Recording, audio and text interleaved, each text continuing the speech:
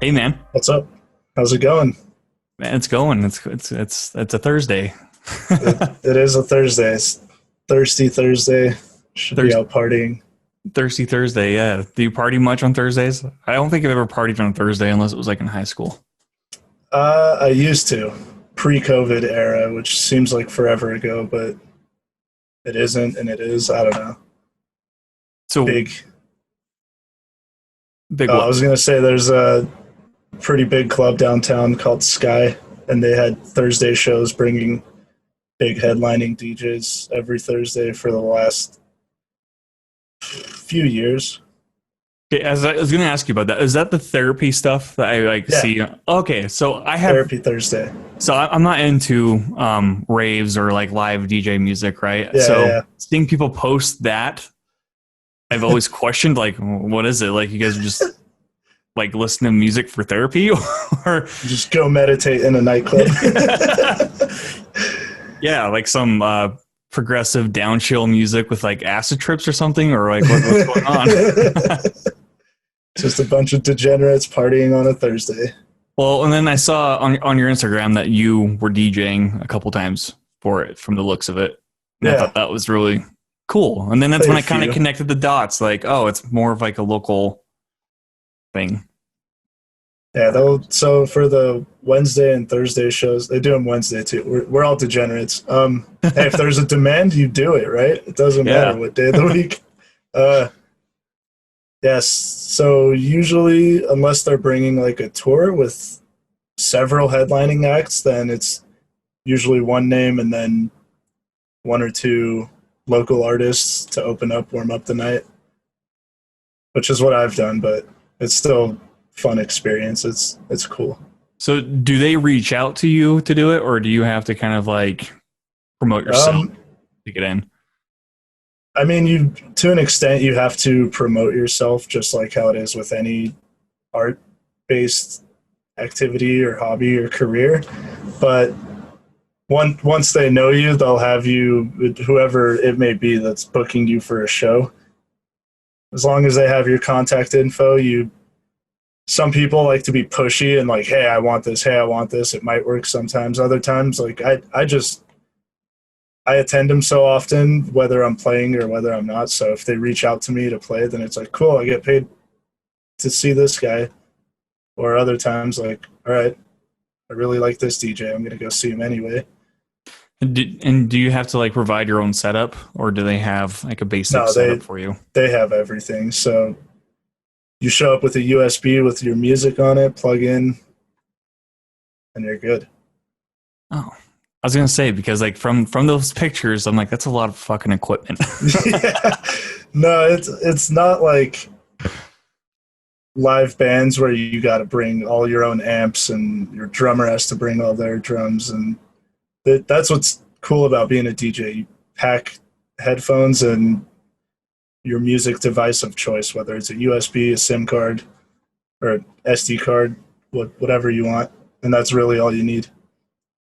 Most clubs will usually have their Pioneer equipment, and you just plug into that, and they should have audio. If you got to bring your own sound to maybe some like smaller warehouse type thing, it's usually a pain in the ass. But can we swear on this? Oh yeah, fuck yeah, dude. Okay. All right, just making sure. Yeah, no, you could say whatever you want. To an extent. To an extent, as long as you don't want to haunt you or if you don't want me to edit it out, yeah. Tenet doesn't look that good. Already starting this hot. I'm just kidding. I'm excited to see it. Are you okay? Let's have you introduce yourself real quick, and then we'll give some backstory. Uh, my name is Albert. I am local to Salt Lake City. I DJ electronic music. I am in recent about a year and a half, I've been starting to make it. I haven't released anything, but it's a whole different ballpark playing music versus creating it. It takes a lot of time to not only figure out all the elements, but to master it and make something quality that you want people to hear and be attached to your name. Um, I fix cars for a living. I do body work and paint. I'm learning how to paint this year, but and I live in my parents' basement. Yeah. Living the life. How long have you been doing cars for then? So my dad has been wrenching cars his whole life, basically since he was 16. And he's had his own shop for the last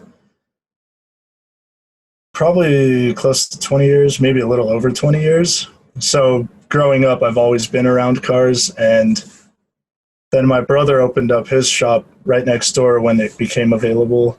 And my brother's been doing cars since he was a kid.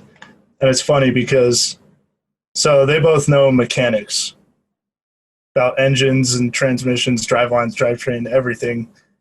But when it came to body work, it was always just send it to a body shop because nobody really knew it. But growing up, they were always trying to, everybody in the family, my mom, my dad, brother, just like shoot for a different career path. There's two that are doing cars, like go be a doctor or a lawyer, obviously. It's like, no, those don't sound fun. So I tried 4 different majors and nothing really stuck. And then I call it wasting 8 years of college because none of it matters because now I'm back to doing cars. But it's a new thing that I can help expand the family business because now we don't have to send potential work away. It can come to us. Nice. I had known nothing about cars, so that's why I'm curious about that. When it comes to an engine, what I like about bodywork and paint is you can physically see what's wrong. Like, oh, that door is shit. Whereas if a car's not starting, you have to, is the battery dead? Is the alternator dead? Is it getting fuel? Is it getting a spark? There's all these different components as to why it might not start, and you have to diagnose it one by one by one. And or I'm just like, oh yeah, it needs a bumper and a headlight and the hood I could probably fix. Like, easy. So, like, what kind of cars mostly come into the shop then? I imagine not like super Teslas, right? No. So my dad has been a master technician for Land Rover specifically. Okay. Since 1987 when they first imported them to the United States. So the Range Rover was the first one here. Before that, it was Jaguar, which they're both like partnered companies. They essentially owned by the same person now. So we only specialize on Land Rovers. As far as the bodywork side, since I'm barely out of school for bodywork, I'm still learning. Sometimes we'll just find wrecked cars at the auction and I'll fix them and then we just sell it. I don't want to take in like customer cars that are like too big of jobs because I'm not a professional by any means yet. I will be. So it's not reasonable for me to, let's say a job calls for 6 hours of labor. I'm still new to it, so it might take me a week just to get this one thing right because I am a perfectionist and I hate it, but I love it. So it's like you can't charge a customer for 40 hours of labor when it should be 6, and then it's like if I don't do that. So I just kind of do it on my time and I'm making money at my pace, which is good and bad, but we try to just do Land Rovers because we know them inside out, and I've done enough of them that it becomes easier and apparent, especially disassembly, putting it all back together. So yeah, mostly 99% Land Rovers. Do you have like a dream car that you want to work on? So being in the car business, like it wouldn't make sense for me to go out and buy a brand new car when I could find a wrecked one or one with a blown engine and Fix it up. basically get it fixed for next to nothing. But there's a lot of cars I like. Being an enthusiast, I can't say I would take one over another.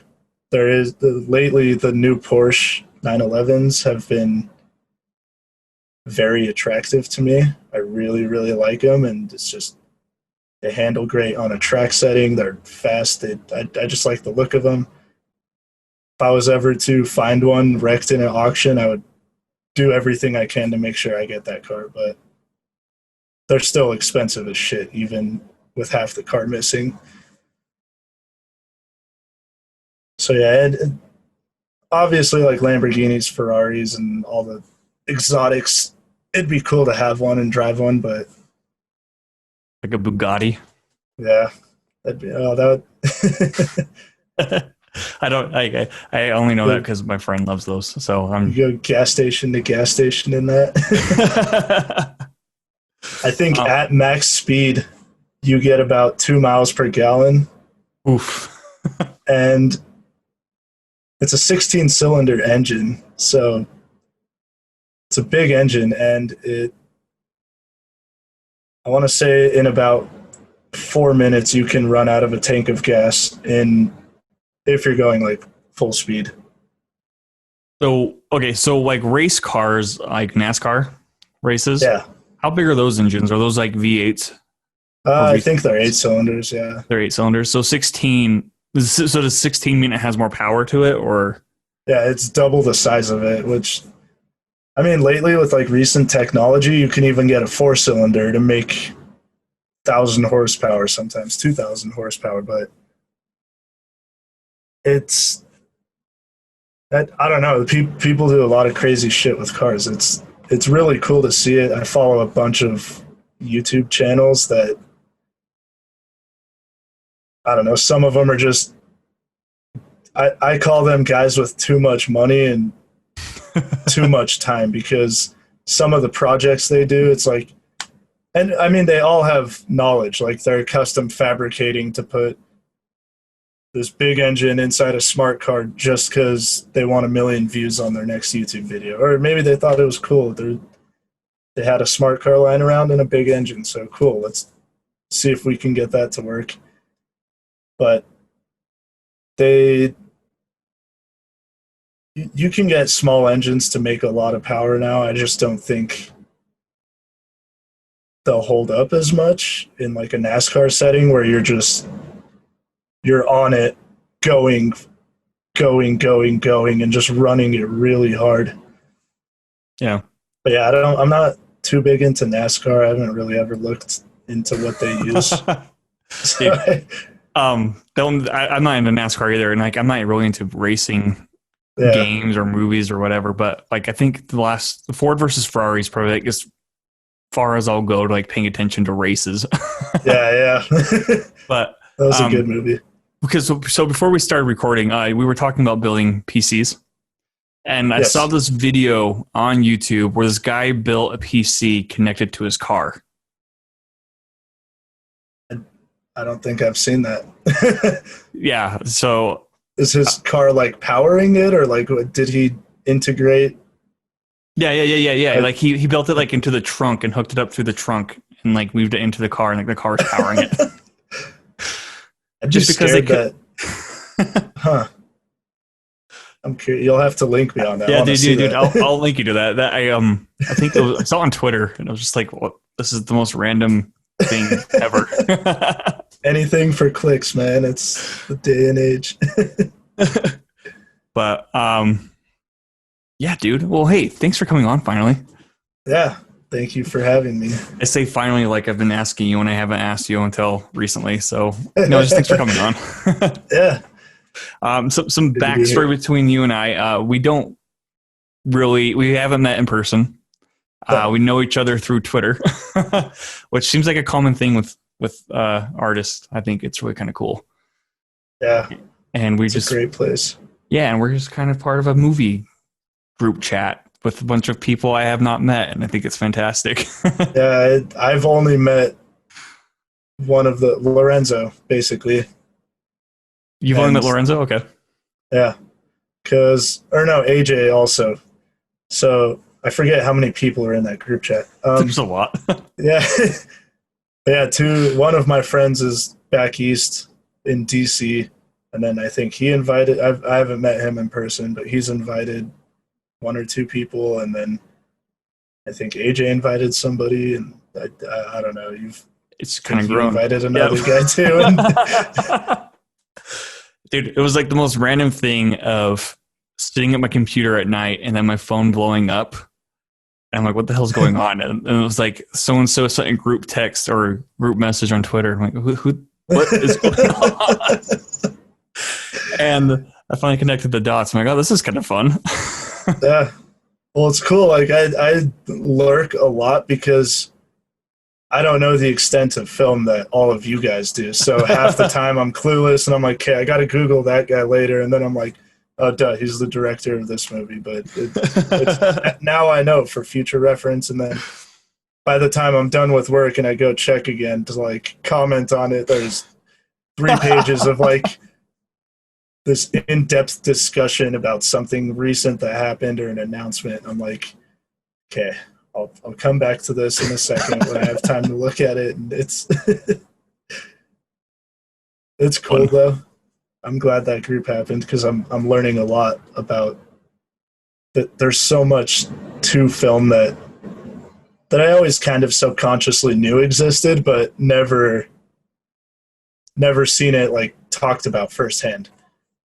Where it's like I know there's a whole team like helping to make the vision come true, and I know there's analysis on like analysis and critique basically on the writing and how it's good, how it's bad, what everybody has their opinion on it and everything, which my opinions are usually wrong compared to most. I don't know. I just never really, none of my close friends actually, I should say, like my group of like 4 or 5 that I regularly talk to aren't big like into film. So it's just never a common thing that I saw until now. See, I find that interesting. But it's probably because I've been talking about it for the past Forever. 8 years, maybe. Yeah. You're talking about analysis of writing. I'm like, dude, there's like analysis of directing, of lighting, of editing. Oh, like yeah. film theory is massive and it's wonderful once you figure it out. But it's also makes people have a huge ego, thinking they know everything.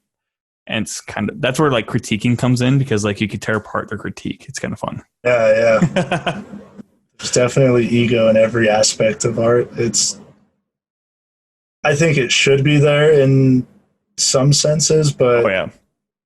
I think the people that there are certain people that should have it, and like somebody like me, I can't go to Deadmau5 and be like, "Hey, dude, your shit sucks." And like, even though I love Deadmau5, but it's like, yo, I DJ'd at this festival and like I'm better than you. I only did it when I was DJing for a year or whatever, and he would just probably laugh at me. But it's like Deadmau5 at one point was just an asshole on social media, but that's him. Like he was very upfront about his thoughts. He's just, yo, this sucks. Like what the hell? And then this and that. By the way, I love Deadmau5. He's even on my chair. It's a special edition chair, but Was he a trash talker online? oh yeah, he's a big trash talker, and Shit. he got a lot of backlash for it. But at the same time, like he never said anything to the point where you can fully cancel him. So many people have tried, but like, he's just so big that even in like gaming and not only music, but just all this stuff he does that it's not somebody that you want to cancel. Like if you don't like what he says, cool, just mute his account. I've found that mute button to be very useful sometimes. Yeah, But I don't really use the mute. I just use block. Same thing. Yeah, just yeah, just block him. But I think block's like really extreme. Hey, Yeah, just you don't deserve to be even a thought. yeah, dude. I mean, seriously, like, I mean, on my Twitter, I've blocked mostly political accounts for reasons. Oh yeah, it's Because it so makes my annoying. blood boil. Yeah, but and then I've unblocked a couple others just because I'm like, I need to see what they're saying. Anyway, Yeah. yeah. And same thing with like, so like Facebook has like the unfollow and follow, right? I've been unfollowing a lot of people, but it's not like cool enough to unfriend. But then sometimes they'll like pop into like my messages or my notifications. I'm like, who are you? Oh, I unfollowed you. Yeah. So Yeah, it's I use that button a lot, even on Facebook, just because like random people like for a while I guess I am flexing when I say this, but I was DJing about 6 months okay. in 2017 when I first started, and I got to play DOS Energy, which is like the biggest EDM festival in Utah. I won like a DJ contest, which is kind of a popularity contest, but they wanted to see whose DJ mix fit best for that festival lineup. And I I kind of What? played like a marketing aspect into it because like I was off social media, and then I came back with this announcement like, "Yo, I'm a DJ now, and here's my mix. Vote for me." So everybody's like, "Holy shit, where have you been?" Like, "All right, cool. Albert's doing this. Get him to play." So it helped, and I got to play it, and I got some really cool pictures. Like it was a really fun experience. I'm glad I got to do it. I don't think I'm better than anybody by any means for doing it, but yeah, I still love those pictures, and one of them was my profile picture for a long time. So random people see like, holy shit, this guy's on a huge stage with his hands up and everything, and he must be famous. Let's add him. So I just get flooded with ads, and at the time I was just like, oh, people want to be my friend. Like, sick, dude. It's good marketing in the future. They already think I'm famous or something, and then next thing you know, my feed is just all these people from all over the world. Well, not the world, but Around. this region, and then like across the U.S. So I just started unfollowing people, and next thing you know, I'm like, when did I have like 1,500 friends? Like I talked to like 20 people maybe, and I went. I guess there's a way to go check to see who you unfollowed, and I went through and I just started removing people that I didn't know, and then I think one person noticed, and they're like, "Hey, why'd you unfriend me?" And I was like, "Oh, I didn't know you actually like followed my posts or thought my shit posting was funny." So I added him back. We talk. It's cool. It's But always yeah, awkward when you call you out. yeah. Well, he was just like concerned, like curious, like, did I do something? I'm sorry, man. I didn't want you to think I'm an asshole. And I was like, dude, honestly, there was a point, and I explained it, my thought process, not trying to defend myself, but just more so like, this is why I did it. He's like, oh, I get it. No, that's fine. And I'm like, hey, you seem cool. I didn't know like you actually want to be friends, so we're Yeah, friends. But because there's like a networking thing where people just add randomly, and like it's like a mass ad, so they have the most friends for networking. But I feel like too, like the more friends you have on Facebook, the more like your stuff gets lost in their algorithm, and yep. so it's like a win lose situation. Yeah, and I know Facebook, they it's easiest to market when it's from your personal profile, because what I've noticed is if somebody's engaging with your post, you consistently show up at the top of their feed. So whereas like if you make an artist page or like a something, Yep. it's constantly pushing you for paid promotion. Yep. And if you're like most people, then you just learn to every four posts, like you'll see an ad, and it just kind of you go right over it because it's not something that catches your eye. Usually, I'm guilty of buying a couple items that I see on Facebook sponsored posts and Instagram, but um, so yeah, personal pages. Some people they fill them up, and I see them add me on a new one, and I'm just like, oh, why did they get hacked? And then you see in their bio page number 2 because I Oh, had maxed geez. out my friends, and like, so why are you adding the same people, dude? Like, shouldn't you add new people? Like, See, I don't get it.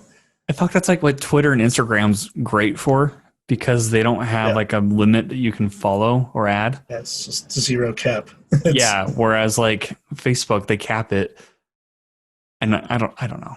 I have a love hate with social media. yeah, it's currently I'm trying to use it very minimal. Just well, I use it for messaging and stuff, but no scrolling the feed because it just seems like it's the same thing over and over. And if somebody pops into my head, like you, for example, or something, I'll type in your name and what have you been talking about recently? But for 90% of people that are on my social medias, it's just the same thing over and over and over. Yeah, and I get that. I've tried to ease off of social media. To fucking bitch. It's yeah, it's hard when you have like some obligation to stay connected to a lot, especially now. Like you're not supposed to be going out and seeing friends or whatever. Some people disagree. Like, cool, whatever, do whatever you want to do. But if I was still going to the club every Wednesday or Thursday or every weekend or seeing all my friends consistently, I don't think I would need Facebook or Twitter.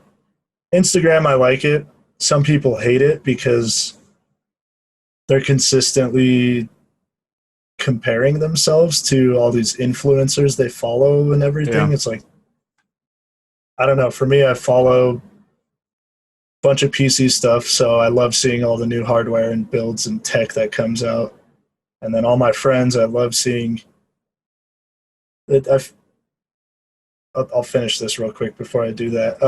All my friends, and then like all the musicians I like, and it keeps me up to date with their releases, their touring schedule when that was a thing.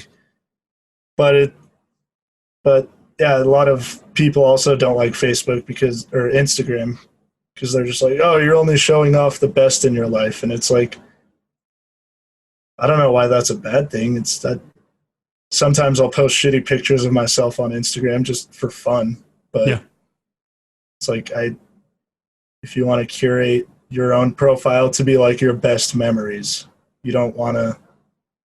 Time to time, you'll see something sad, like, oh, here's a picture of me and my grandfather who passed away or whatever, but it's still, to me, it's something you see worthy of posting and collecting on your Instagram page. I like that thought process. Because I was trying to use it for like photos, like just photos, but then Yeah. I don't know, you have to figure out hashtags and algorithms again. It's just like Yeah, it's so much work. it is. I know people who professionally try to do that. And I say try because I don't know if they're successful at it or not. Yeah. I don't know if their follower count got high because of them following and unfollowing accounts or whatever they do, or if it's, yeah, It's everyone hates that. follow for a follow. Like, I don't know, man. It's so disingenuous. Yeah, I just try to post a picture with whatever caption. I've completely eliminated hashtag use because I don't know. To me, it's just documenting something that I like and putting it there. No, I like that thought process. I think it's a really different. It's different than what other people use it for. Makes sense though. That's nice. That's a nice refresher. I see it very different because I have friends and family that they care so much about the belt they're wearing in their picture and what people will think of them and if they will think low of them because it's not a whatever name brand belt, because they've built their friendships and followers into thinking they are this person, and then they're following all these celebrities that are, whether it's drama or they're just trying to keep up with their life, which is cool. Like they just want to follow the Kardashians or whatever. But to me, it's like, I don't care what the Kardashians are doing. I'm never going to meet them probably. I might if I do, whatever, but I want to see that my friend bought a new dog. Or I want to see this guy's cool pictures from last year. They stress themselves out by following all these influencer accounts and everything that don't benefit them in any way, I guess. They might, but to me, I don't see how it would benefit them. Yeah, it's almost like living like a false sense of like hope, almost of like hoping that they'll be there or be in that level of celebrity status, I guess, or like that successful. Yeah. But then, I mean, like you said, though, like you kind of shape your own feed and how people receive that, you know? And so all these celebrities, I know for a fact, don't like their personal lives getting out. Yeah. So they're purposely making it seem like they're living the high life when they have so many struggles going on underneath that. Everybody has demons. It's fuck yeah, dude. Whether it's bad or whether it's very mild. And I think that's another reason people think Instagram is bad, because to them, they perceive it as this person has 0 bad days. It's like, no, dude, they're just collecting what they consider their best pictures or videos, posting it. To me, it's just simple. It's like that. It's that simple. No, and I mean, I really do like that, though, because I mean, it's just like you care more about the personal stuff that you want, you know, and like you have no sense of. I mean, and you take the same approach too with even with Facebook and Twitter, you know, like you say that you only used to log on just to promote you DJing, like randomly, and then you know that's it. Like, and you wouldn't need to be promoting it because you would just keep going and having that continuous Wednesday, Thursday DJ party, you know. So I really like that mindset, and like I think that's a better way of living than this false social media life that a lot of us are trying to force ourselves to abide by, essentially. Yeah, and it's like even I've catfished people to an extent. Like I put this cool picture of me on a big stage, and then people are like, "Oh, he's famous. Follow him," or "What does he do?" or "What is this?" But nowadays, you have to unless you've already made it as like a big filmmaker or something, then I feel like you have to constantly show your face on social media to keep up your relationships and networking or something. Like Tarantino can probably tweet once a month and each tweet will probably go crazy. But it's like, I can tweet once a month and I'll show up like, yo, I ate a burger today, and 2 people are going to be like, okay, dude, sick. Where have you been? But I don't know. Or even with like music, I can't just show up once every couple of months and be like, yo, I'm playing this show, come see me. Everyone's going to be like, well, you didn't come see my show or something, which I guess brings me to a point of it won't lower your chance of success by supporting others, ever. And that goes for anything, really. I see very frequently people hate their peers succeeding because they want that spotlight. And it sucks because even before I was DJing, I was still frequently attending these raves and concerts and club nights and everything. And I was always supporting not only like the big names, but all the locals. I got to know a bunch of them, and some of them even asked me. Two good friends of mine, Alan and Omar, they go by Z and Z. They were asking me, just, when are you going to start DJing, dude? Like, you've been going to these forever. Like, start DJing. I was like, no, I like the music. I just enjoy the club and wherever we're at. And then one day I had a friend selling her old equipment, so I bought it, just started messing with it. And because of me supporting all these people for so long, suddenly, oh, Albert's a DJ. Let's get him with us on our next show. And it's still like that. It's anytime I have friends playing. Sometimes I don't even want to go out on a Thursday night, but one of my friends is playing, like, cool. I'll go for you, and then I'm out. Like, I got work in the morning. I'm old now. I can't be staying out till like 2 or 3 and then getting up at 6:30. It sucks getting old, but Yes, it does. everyone's like, you're not even old. You're 26. I'm like, but it's been a rough 26. Like, abusing my body for so long. Yeah, you're not wrong. I have to get up at like 5:30, clocking at 6. So it's. You said you get out 5:55 and just roll out of bed into your chair. And I could do that too. I tried that a couple days ago. It was actually on Tuesday. But I forgot to turn on my alarm because I had Labor Day off. And so I had to roll out of bed at like 7 and like rush to my computer to clock in. But that's a tangent. Let's talk about you DJing then. So like, what kind of like what artists introduced you to like the electronic music? The very first like strictly electronic music that I got into, I was in 6th grade, and my dad had heard me listening to like electronica influenced stuff like on YouTube and downloading it on LimeWire, giving our computer aids over and over. But none of it was still like lyrical and kind of poppy. And then there was like rock and everything. But we went to, I don't even remember the name of the store. It's been out of business for so long. It was whatever was before FYE. It was Media Play or I don't know, whatever it was. He found a CD in like their electronic section of Deadmau5, his Vexiology album that had just came out that year.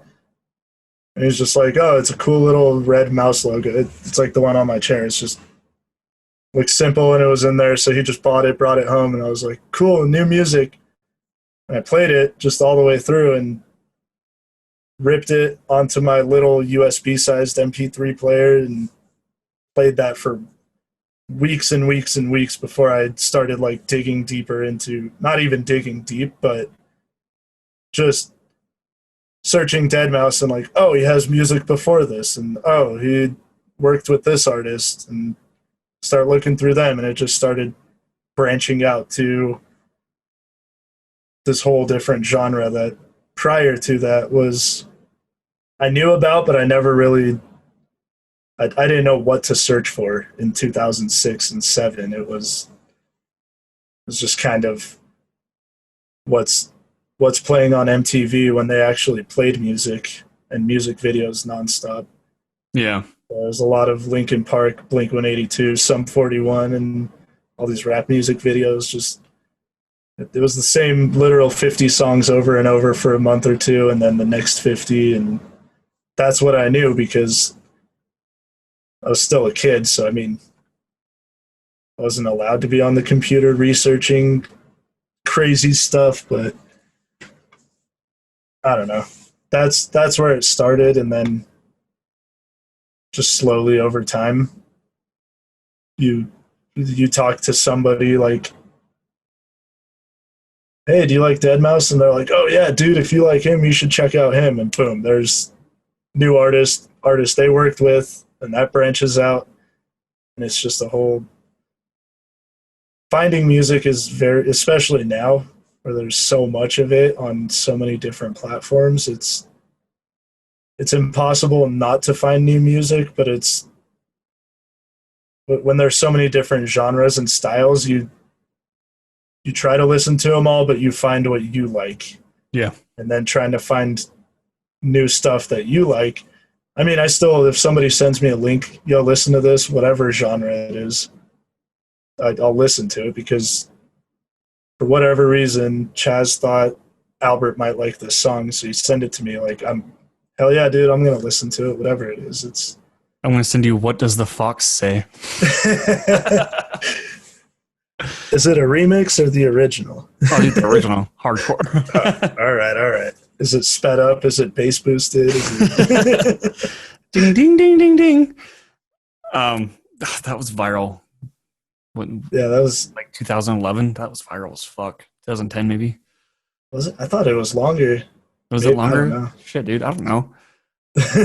I'm 25. I'll be Maybe. 26 in November. So I mean, we're similar in Nice. age. So What day?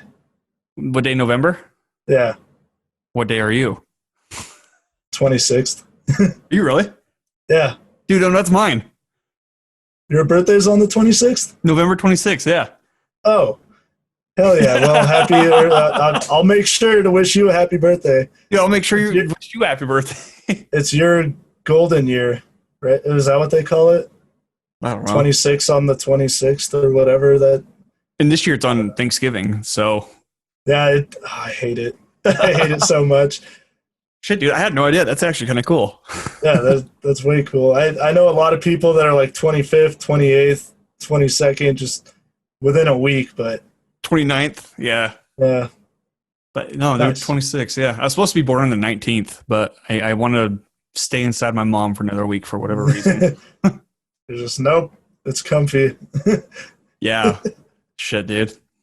Oh, that's cool. Hell yeah. So Yeah. you'll be 27 then, yeah? Yeah, So we're a year apart, exact. exactly. Give or take a few hours, but yeah, that's fun. I don't even know what time I was born. It's Oh, I remember people mine. hate me for it. They're like, "Well, you're not just a Sagittarius. What time were you born and what blah blah blah blah blah." I'm like, I don't know. Like, well, you need your rising sign. I was like, wait.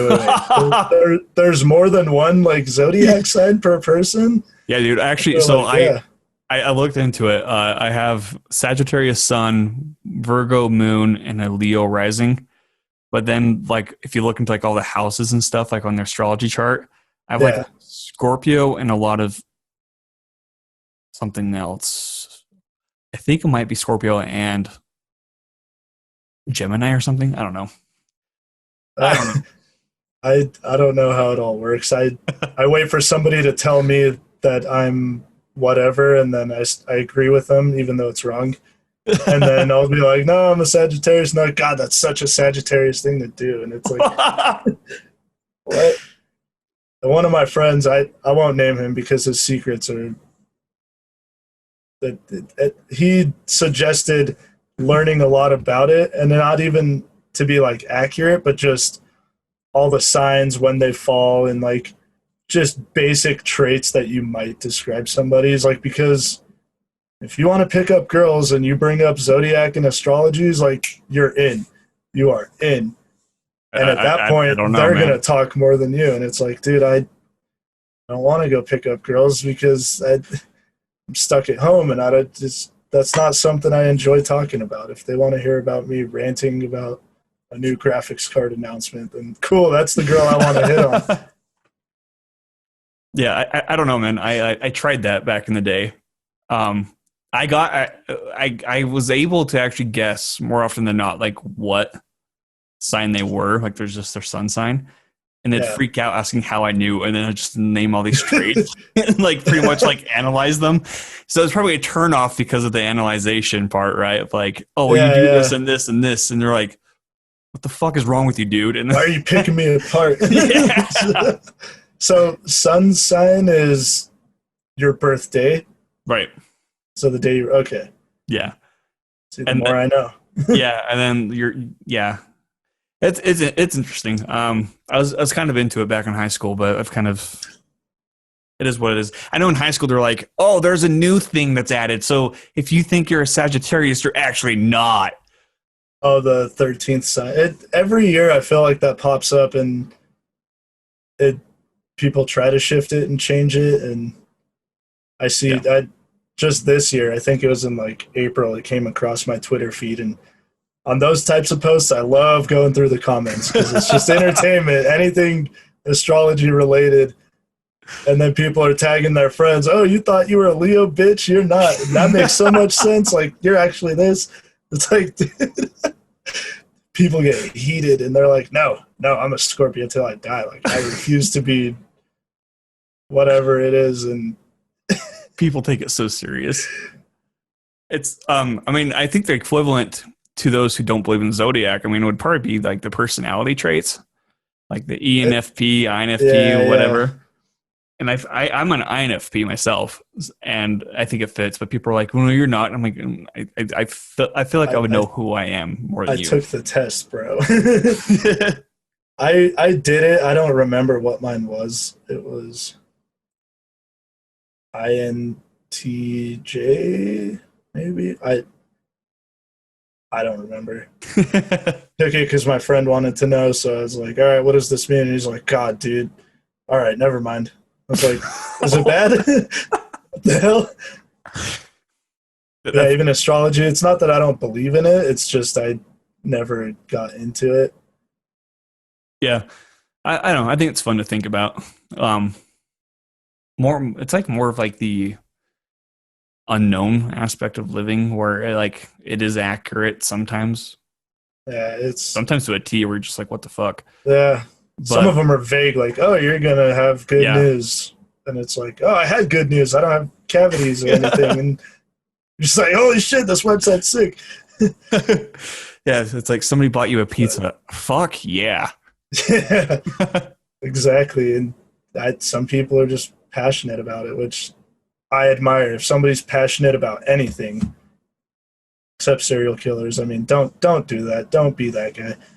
But somebody's passionate about movies. It's like I love hearing somebody nerd out on whatever they love. So it's not that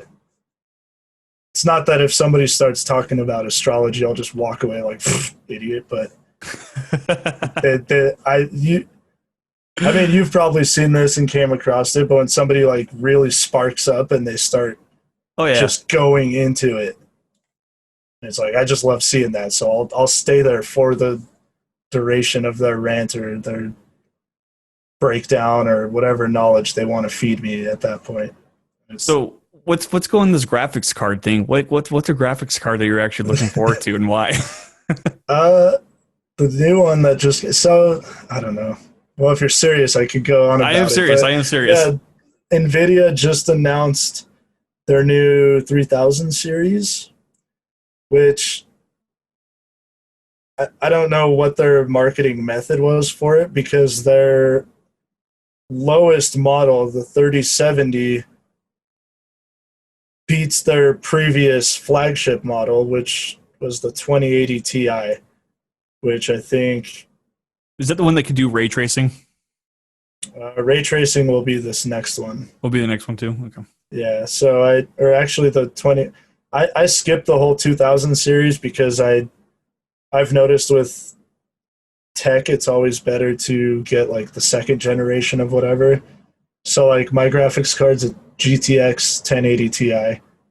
The first series of GTX was like the 900 series stuff.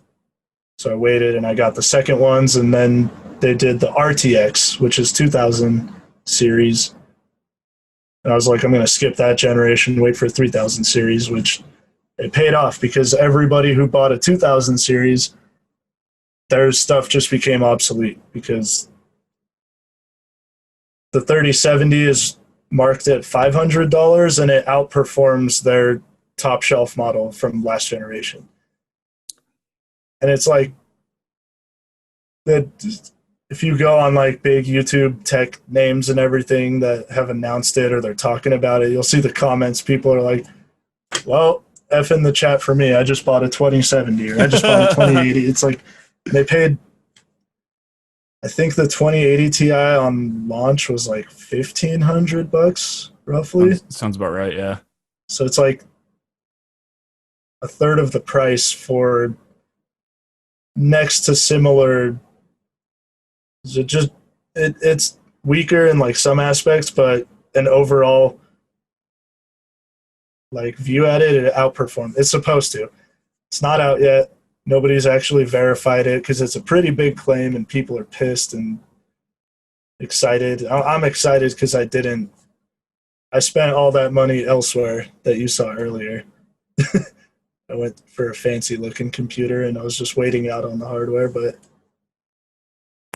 yeah, That's I'm excited for it. I'm gonna try to buy any of them because on launch they all sell out within seconds, and there's no pre-sale or pre-order or anything. But then AMD, who has been rising these last couple years, just making top tier competitive tech for better prices, if not better tech for cheaper prices in some instances. They made an announcement that they're going to make their announcement in October, like 2 weeks, 3 weeks after NVIDIA's card releases. Ooh. And their teaser says, "Oh, here's our Zen 3 CPUs and a whole new, I forgot what they called it, but our new GPUs that you're going to want to see on October, I think, 8th or whatever." Yeah. So now people like me are like, okay, well, do I wait or what do I do? Because AMD is known for being good. Yeah, like not only just being good, but with each next gen piece of tech that they release, it's just, I don't want to say completely kills their competition, but it clearly outperforms them, and then price for performance is a lot better in it. So you're just like, shit, why didn't I get that? So it's like, what if I buy an NVIDIA card and then AMD's like, yo, our new Radeon card is actually $300 and it beats their 3090 model, which is $1,500. It's like, I don't know, AMD is known to do that. And that's why I think NVIDIA might have done like such a cheap price, because they don't want AMD doing that to them. Or maybe NVIDIA found that there's a lot of conspiracy behind it. My own theory is that TSMC in, I believe they're in Taiwan, they're the ones that make and mass produce all these processors and PCBs for graphics cards. Okay. And NVIDIA partnered with Sony, who just, or not Sony, Samsung, who just opened up like an $8 billion factory for making like PCBs and everything. So maybe since they partnered to make these new next-gen graphics cards, they have a cheaper overhead on actually manufacturing them, or maybe this new technology, they don't have to spend so much in raw material with all the silicone and that. I don't know. So, and I'm sure they're never going to say like, this is why they're so cheap, but makes you wonder. Yeah. It's kind of, I'm sure eventually some guy on 4chan is going to claim he's the CEO's best friend, and he's going to leak all this misinformation, and then that's just going to be the reason.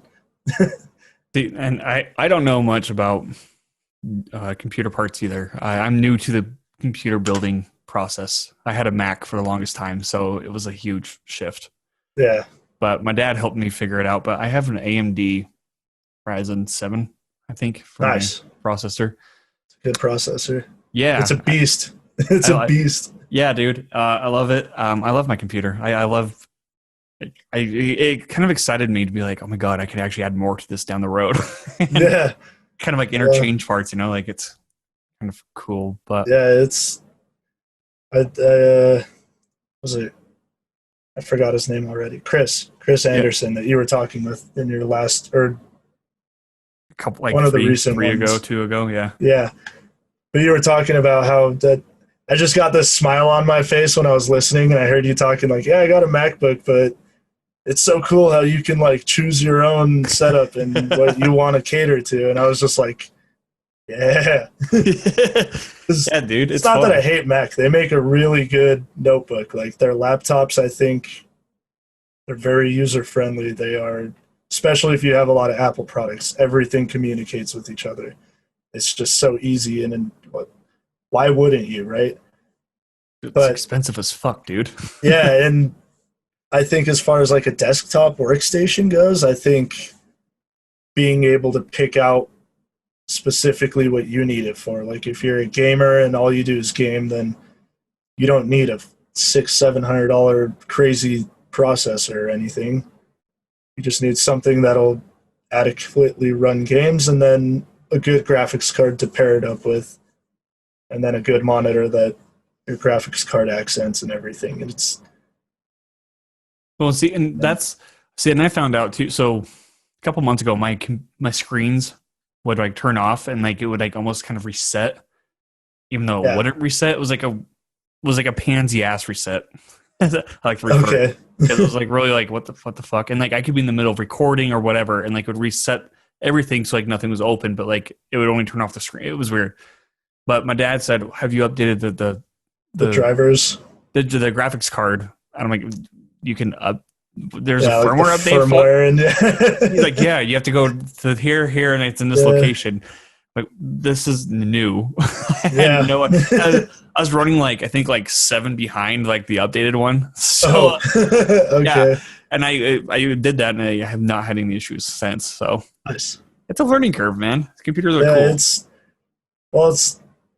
it's very, what's the word? There's too many things to do because essentially with Windows, I can't say you can do anything, but almost anything where you can, if you want your icons to float around on your desktop screen, you can find a way to do that. You can do even live wallpapers. A lot of people are doing recently and everything, but it's like, and I know Mac has features like that too, but it's fully customizable to make it how you like it, and including like the actual tower and whatever you're running. Like unless you're buying like a pre-assembled PC off some website or Best Buy or whatever, then it's very rare you'll see two identical ones because everybody wants something a little different or they build it a little different. I like that about it. That's why I don't know, I went overkill with mine, but as far as aesthetics go, which now I'm regretting, but Well, how'd yeah, you regret it? there's a lot of little things that take a while that like to me, firmware and driver updates, I'm just like, oh yeah, I make sure I have it set up so a little thing pops up in the corner when a new one's available, but that's where it's different. It's like I've been into it so long, I've figured out all those settings, and when I first had, or not when the computer was built, but when I got my new main display monitor, and then I was setting up my TV as my third one.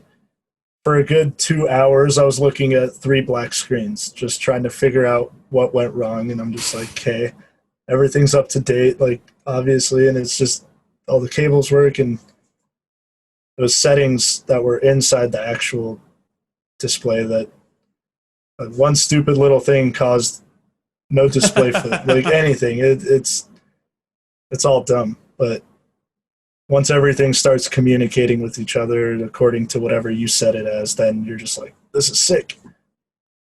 Well, and I had an iPhone too, and then I switched to the Samsung S10 Nice. because How it do was you like cheap. It it? was I love it, dude. It's cheaper in the long run. Yeah, Number one, but there's a lot more you could do with it, like you said, with customizing yeah, stuff, and like depending on like what launcher you're running, like.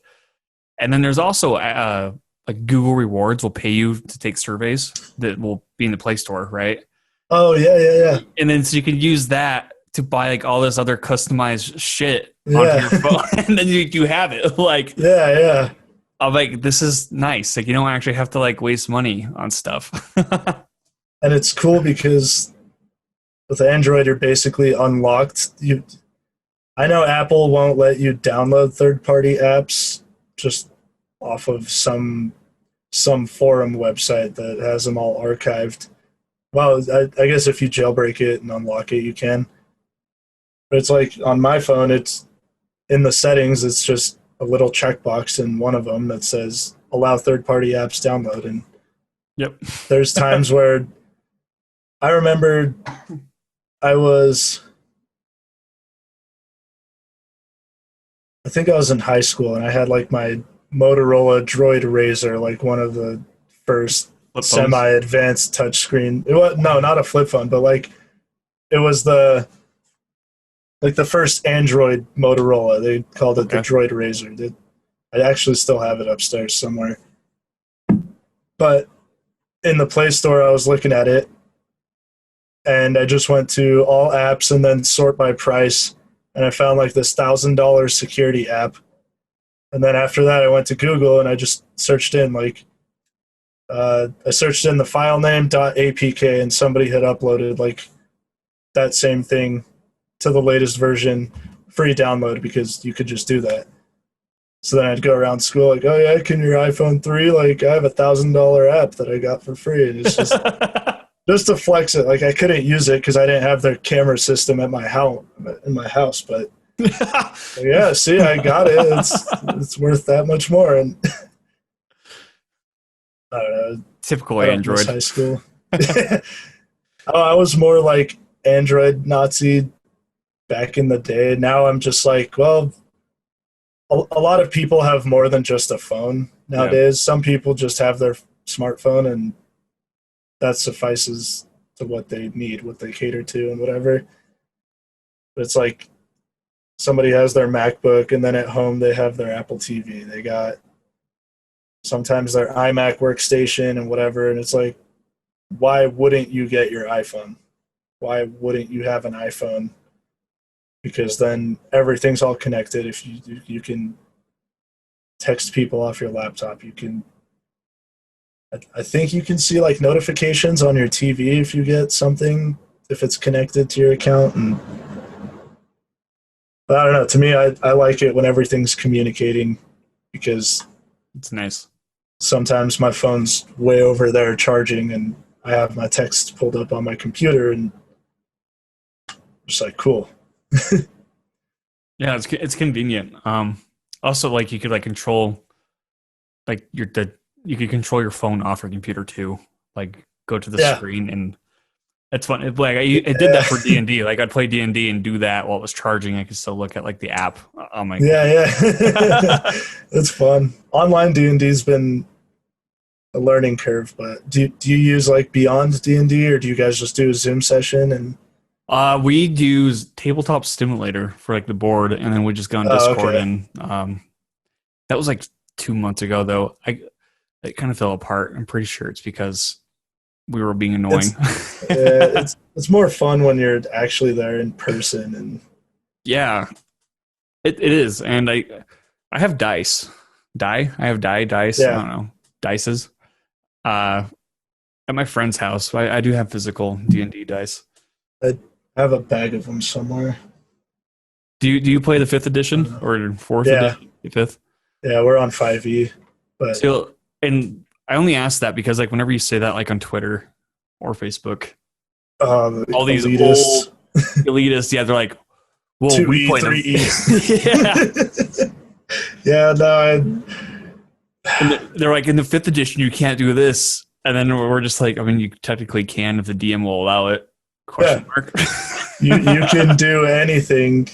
The DM can do anything, and I don't care what version I play. I think it's just, if you have a good DM, then it makes it that much more fun. Yeah, and I think it also fits like if you know how to play the character. So when I first played, I was like a fighter barbarian kind of dude. Like I was a beast. Just a basic, it's chop people up. I'd be the first one in and like take the least amount of damage. Yeah. But my second go around, I was playing a rogue assassin, and that's a huge different playing style. Yeah. And I found out that you can actually sneak and do like sneak attack hits, double damage, which will add up. Yeah. Oh yeah. Like, does he see and me? Then no. If you get a crit on top of that, oh buddy, it feels good. But I miss D&D, but it's been a thing. We should. What were you gonna say? I was gonna say we could start up a group at some point when game stores are allowing groups to host or whatever. We used to just meet up at a game store and rent one of their rooms. Well, we got to know the guy. He doesn't charge us to use the rooms anymore, but there's a bunch all around Salt Lake that just meet up, whatever is like in the center of kind of everybody, and just play once every week or once every 2 weeks on it. The hardest part is finding a time that works for everybody. Yeah, and the older you get, the harder it gets. Some people have kids and a family. Some are working odd hours at their restaurant while the rest work just Monday to Friday and they work weekends. It's tough, but Yeah, it I think works. the more you can find people that are like fully into it, like Yeah. bam, dude. Like can't do it. Like if you're gonna go on a date, you're like I can't. God, D&D. I so many times people are like, what are you doing this Sunday? Let's hang out. It's like I am marching into the city of whatever and I'm gonna dethrone this king, and they're like, "Oh, you're playing a video game?" No, I'm playing D&D. They're like, "That's still a thing." I'm like, "It's probably bigger than most every other style of gaming that there is." Yeah, and I would think. it's not hard to teach either because now they have apps that kind of like do all the stats for you, Yeah, which it is makes rolls it your stats and yeah, makes it really everything. Yeah, convenient. You're like, oh, done. you don't got to carry around a player's handbook because some things you can. It tells you when you level up what you acquire and Yep. just a lot of the stuff. But most times the DM is going to be the experienced player, and that's the person that you ask questions to, and ultimately it's their decision. Like, can the ogre throw a gnome across this river? And you're like, sure, cool, do a strength check and you do athletics check. And did it work? No? All right, you take however much damage. It's or some other DMs that I've had in the past are just like, no, you can't do that. Like, why would you want to do that? Like, well, there's no Yep. bridge and we need to go that way, so we're gonna go that way. Yeah, yeah. I love how like creative you could get in the game too, especially like when the DM's not expecting it, right? Because when you give Derail. yeah, like when you give like a certain like scenario and they're just like the brain breaks for like that split Yeah, second. And then they're like, all right, like let's see how it plays out. And if you pull it off, they're like, damn, that was actually kind of cool. yeah. I the one thing I've stopped like derailing. Well, I never intentionally derailed, but sometimes I would just ask a question that one other person would be like, "Oh wait, what about this?" And then it just eventually you are not going to the castle that is right there that you need to go to, but you're just now you're going this way. And a good DM will make you enter another place that the story he wrote up or whatever. We play a lot of homebrew stuff, so good DM will make it so whatever he had planned for this castle will end up to wherever you go. Some DMs will be like very linear, like, well, oh, you just missed that whole thing. Like, okay, cool, you're gonna go this way. But I just like asking. His name's Chris, and I'll be like, anytime we encounter an NPC, I'll just be like, oh, sorry, sir, but what was your name before you leave? And he's just like, dude, I don't name these guys. Oh, I'm gonna ask him every time what their name is. So now he's started like writing names down, just top 10 generic male names in the US or whatever. And he'll just alternate through like, oh, that's William, that's Craig, that's Bob, that's whatever. And it's just like, that's an odd name. I don't even remember what half the names are of our party, but Dude, I love it. Would you ever be a DM? Because like I've considered it, but I need more experience. Number one, yeah. before I feel I comfortable. But like to create the story would be really fun. You know, like yeah. that whole And I like think planned it that's out and nobody knows it, and like you're kind of seeing it play out through their eyes. You know, like that would be so yeah, fun. I've done like improv DMs where just nothing planned, where you just got to go off imagination and what you want to do, minus like stats of encounters that you might encounter a wolf. Like you, it's hard to memorize how much health he's at, what his stats are, and everything. But as far as like the storytelling goes, I feel like I did pretty good. I don't have a lot of experience in it, but it's still something I want to do again. I enjoy doing it. Yeah, dude, love it. Yeah, It's me but we'll nerdy. we'll talk about that We'll talk because about it. Um, that's okay, going back to kind of computer stuff because I want to tie it back into your DJing. yeah. So like number one, like what program do you use to DJ? Is there a certain program? So with DJing, there's several programs you can use. Pioneer Like the club standard, I should say, like festival standard. It's a program called Record Box. It's built into their player units that they usually have, which is called a CDJ, and they're all connected with the mixer and everything. There is there's other ones like Serato and Denon has their own thing, but as far as DJing goes, there's a lot of software that you can use, but a lot of people, well, I know I prefer just using whatever mixer I have instead of like a laptop because I don't know, looking at a laptop gets boring. So But what does looking at a mixer look like compared to a laptop then? on the laptop, you'll see like your list of songs, and it'll show you like the wheel spinning or whatever, and the wavelength or wavetable of the song going through. And on a mixer, uh, it's just like the basics. Basically, you get your wavetable, you get the song, you get what key it's in written in if you have that attached to the song or whatever, and then the tempo it's playing at. Uh, it's just basically like a little screen that just tells you here's the song, here's what it looks like it's doing, and it's got it chopped up into each phrase of the song. And that's basically it. But where a laptop is just your big screen in the middle, or whatever laptop screen you got, and it's just this big list of songs and everything. I just prefer not carrying a laptop around. You just use their equipment, and it's so the mixer is probably as I guess like as wide as me, and then you have each CDJ, which is like the player that you select your song on, and that song's playing on that one. You need at least two.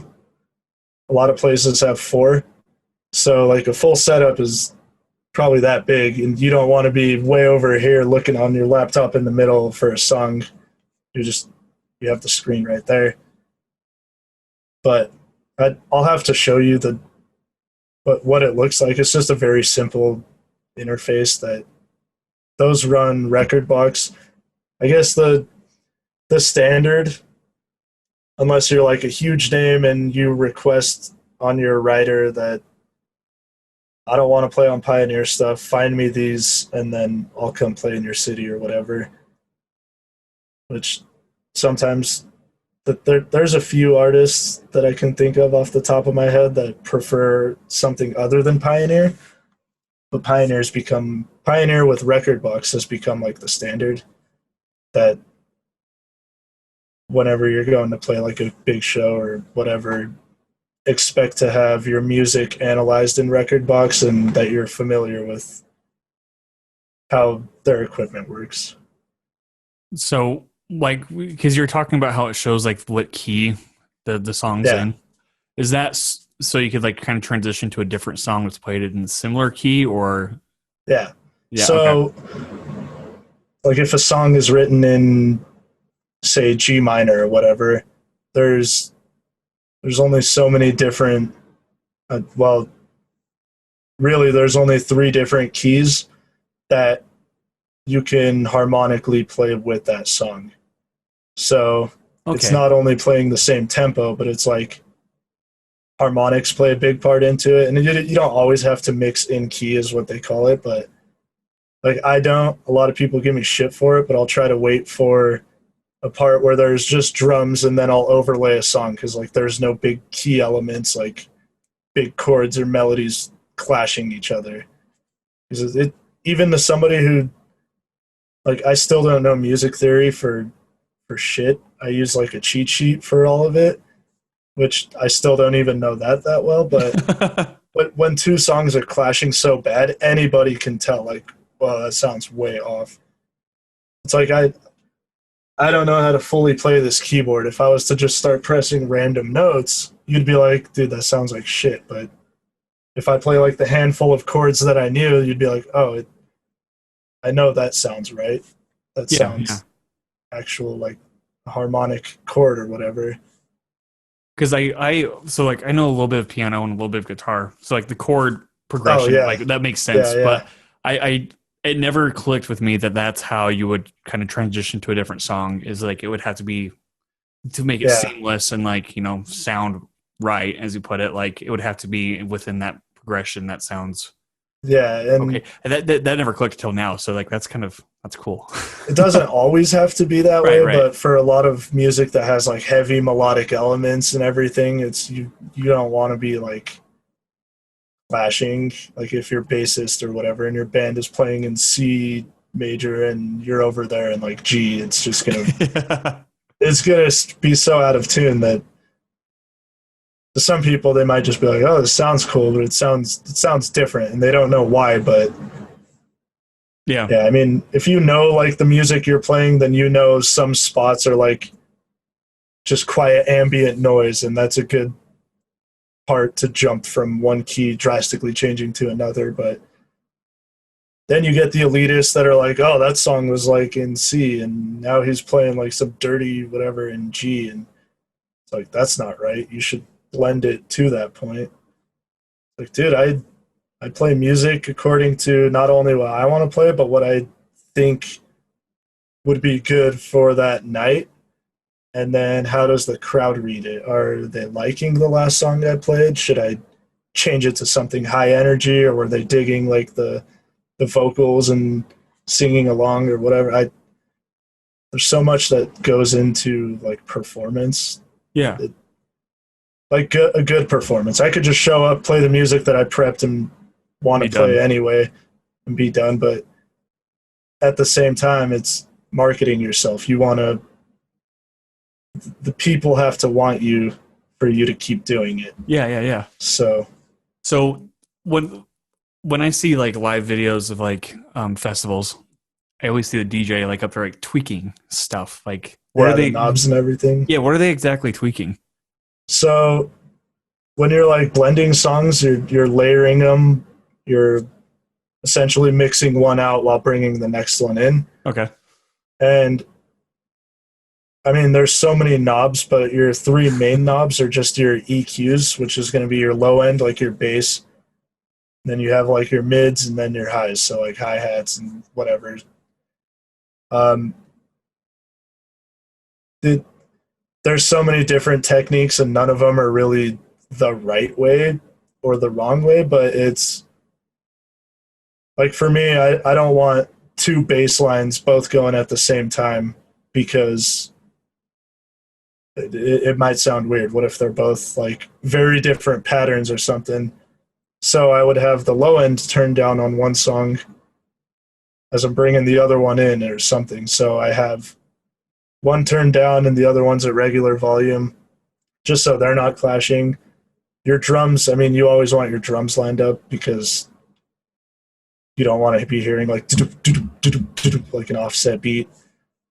So you want your drums hitting at the same time, your kicks, snares, whatever, and you're basically just blending one out and bringing the next one in. The knobs are just to aid in that, so you're not going like full volume one song and then it sounds like you cut to the next one. So if you like any electronic music by a certain artist, like just maybe listen to one of their live sets, and you can sometimes, especially if they have lyrics, like you'll hear towards the ending of one song, you'll hear faint lyrics of whatever song you might know, like slowly coming in, and then you'll hear the elements of that song grow louder and the one that was playing quieter, and they're just messing with the volumes on each individual like frequency.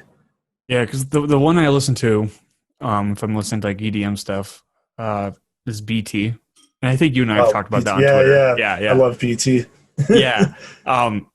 Dude, his His new album is great. yeah, It's fantastic. I like his stuff a lot, and I think he's a really smart guy, and he's just really Yeah, cool to like he's a veteran, and listen to talk. Yeah, yeah, he's a pioneer, and he does stuff old school too. Like he uses like actual analog chords and stuff with yeah, for his synthesizers. production and everything. Yeah, dude, it's just like what the fuck. But so now, I guess my next question then is like when you're playing live and there's gonna be that bass drop, right? Sometimes they'll like turn down the knob. Are they just turning down the bass and then right as the bass is about to hit, they turn it like they crank that or Does that make Um, sense? I don't know if that makes sense. I'm yeah, not a raver, so so I'm talking like so observation wise. I have a lot of respect for audio engineers that perfectly curate their sound system for whatever venue they're in. Like they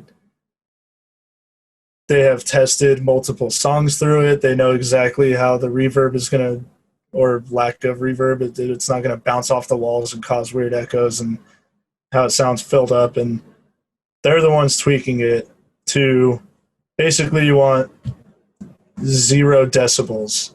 If your song is mastered correctly, which I don't even know how to do, I'm just speaking what my friends have told me, then it should sound consistent all the way through for the most part to like this industry standard Right. where it's not too quiet, it's not too loud or whatever. And some songs you might have to turn it up past it. So on the mixer, the knobs, when they're straight up, it's at 0 decibels. So Okay. you're not positive or negative, you're just at zero. And that's just the true volume of the song. If you turn the low end like up, you might start redlining, which is never a good sign for all the sound equipment and Yeah. everything. Which I try to keep it right at zero because they fine tuned the sound to sound good at zero. But then there's some people that just crank it and they don't give a shit. And sometimes you blow out subs. Sometimes it sounds way distorted and everything. But if it's like a professionally made song that I like, I'll test it out at home. And if it hits, cool. I know that I can just play it and I won't have to mess with it. There's been some other songs that just don't like punch as hard for whatever reason. It might have been compressed too much. It might have been somebody who's just amateur at it that didn't have the money to source somebody to professionally like master the song for them. And they might have to tweak some of the knobs just to like keep that energy there in the volumes, which I guess is good if they know how to do that. But to me, it's just find a different song. There's millions. But I don't know. What's your favorite songs to like kind of remix then?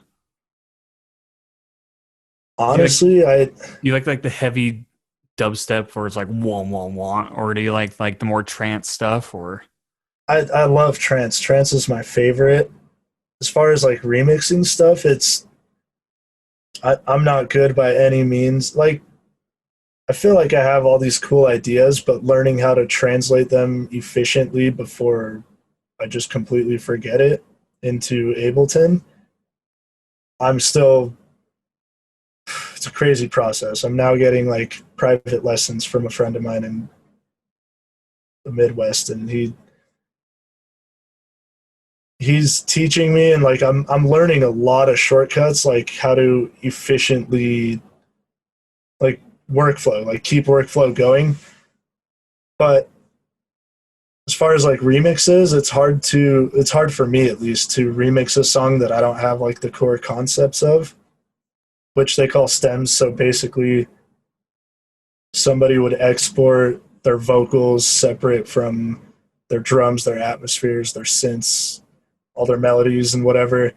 And then they send that to you, and then you have all their structure, and then you can start tampering with what you want. Doing like a bootleg remix, I would have to just get a high quality version of the song and cut it up myself, and then use pieces of that I want to use, which I don't know how to efficiently do it, so I haven't really attacked it and tried. I have a friend that sent me one of his songs to like remix, and I love you, Hayden, but you telling me that I'm not going to tell you how to remix our song is it's not it is a good answer, but it's not helpful to me because I'm just like what do I do in a remix, an official remix? And then I guess what's good about music production and Ableton is you go into YouTube and type in Ableton how to remix a song, and there's 30,000 results, but everybody teaches you a different way and they have their different methods. And it's hard to find one consistent start to finish guy that'll teach you. I mean, there's a few that they start at the very beginning, like, all right, on the upper top left, you have your file button. This goes to this, and they just go through the whole software. But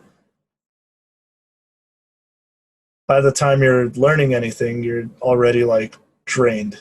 It's hard to watch and spend time on it, especially when you're like working full time. I'm in school full time. It's just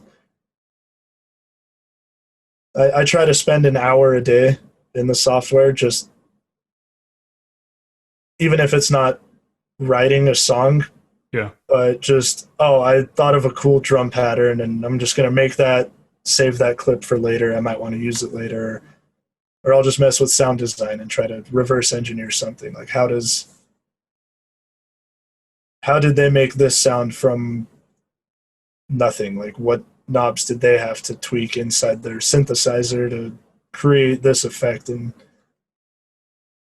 there's so many little aspects that go into it that make it very nerve-wracking that it takes time. And everybody I know that they have what I would consider good knowledge of Ableton, the software, they have been doing it for like 5, 6, 7, 10 years or something. And they still learn new things every day because one of their friends they were making a song with showed them, oh, this is how I've done it. That's cool how you do it. And they're like, oh, well, wait, if you do that one thing you just did, then it does this. And they both learned something new or It's the same happy accidents. Well, it's the same thing with like video editing or photo editing. Yeah.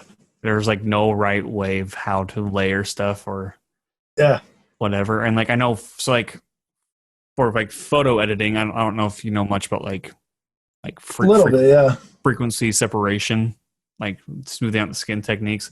Mm-hmm. There's also dodge and burn techniques, but like with each of those, there's like 5 different videos on how to do it, and each one's different, you know. Different method. But Yeah, but the core element of all that is just like how to be the least destructive to the photo. And I imagine to be the same thing with music is like to be the least destructive to the workflow and just keeping yourself organized. In case you do mess up, you can easily maneuver around. And it really is like I'm a big fan of like digital art and photography and everything. Like I think it's very hard to, it's very like cheesy, but just capture an image that speaks to you. Like if I see a picture in a forest that's just a trail with like some nice trees on the side, you're like, oh, that's cool. But time to time you'll see one that's just like proper editing and everything, and like the contrast is perfect and just it's not oversaturated, it's not too dark, it's the perfect image. And it throws like a feeling at you, just like, holy shit, that's creepy, or whoa, that's gorgeous. And it's definitely something I respect. Art in any sense is something I respect a lot because it's very subjective, which I think is good and bad. I think it's good because everybody can find their own art that they like, whether it's this style of music, this style of photography, even digital art. I'm a big fan of like, I guess, cyberpunk themes. Just like even lately, there's been a lot of like retro wave looking themes and aesthetics. Oh, yeah, dude. I love like the neon color. I think we talked about neon colors and all that.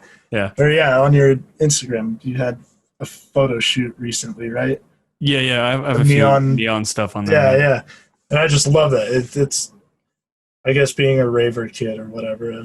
Just neon lights speak to me. I'm like at home. Dude, neon's such a cool aesthetic, just period. Yeah, in any aspect. So anytime I see that, it's just eye-catching. But I like that it's subjective because if somebody doesn't like it, like, cool. You don't have to like it. Move on. Whatever you like. Yeah.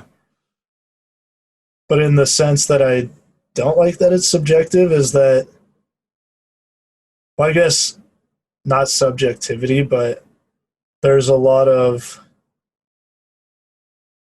like really, really good talent out there that they just don't get the recognition that what I would consider that they deserve because of either lack of funding for marketing or networking or even just it's very cutthroat in art that it's hard to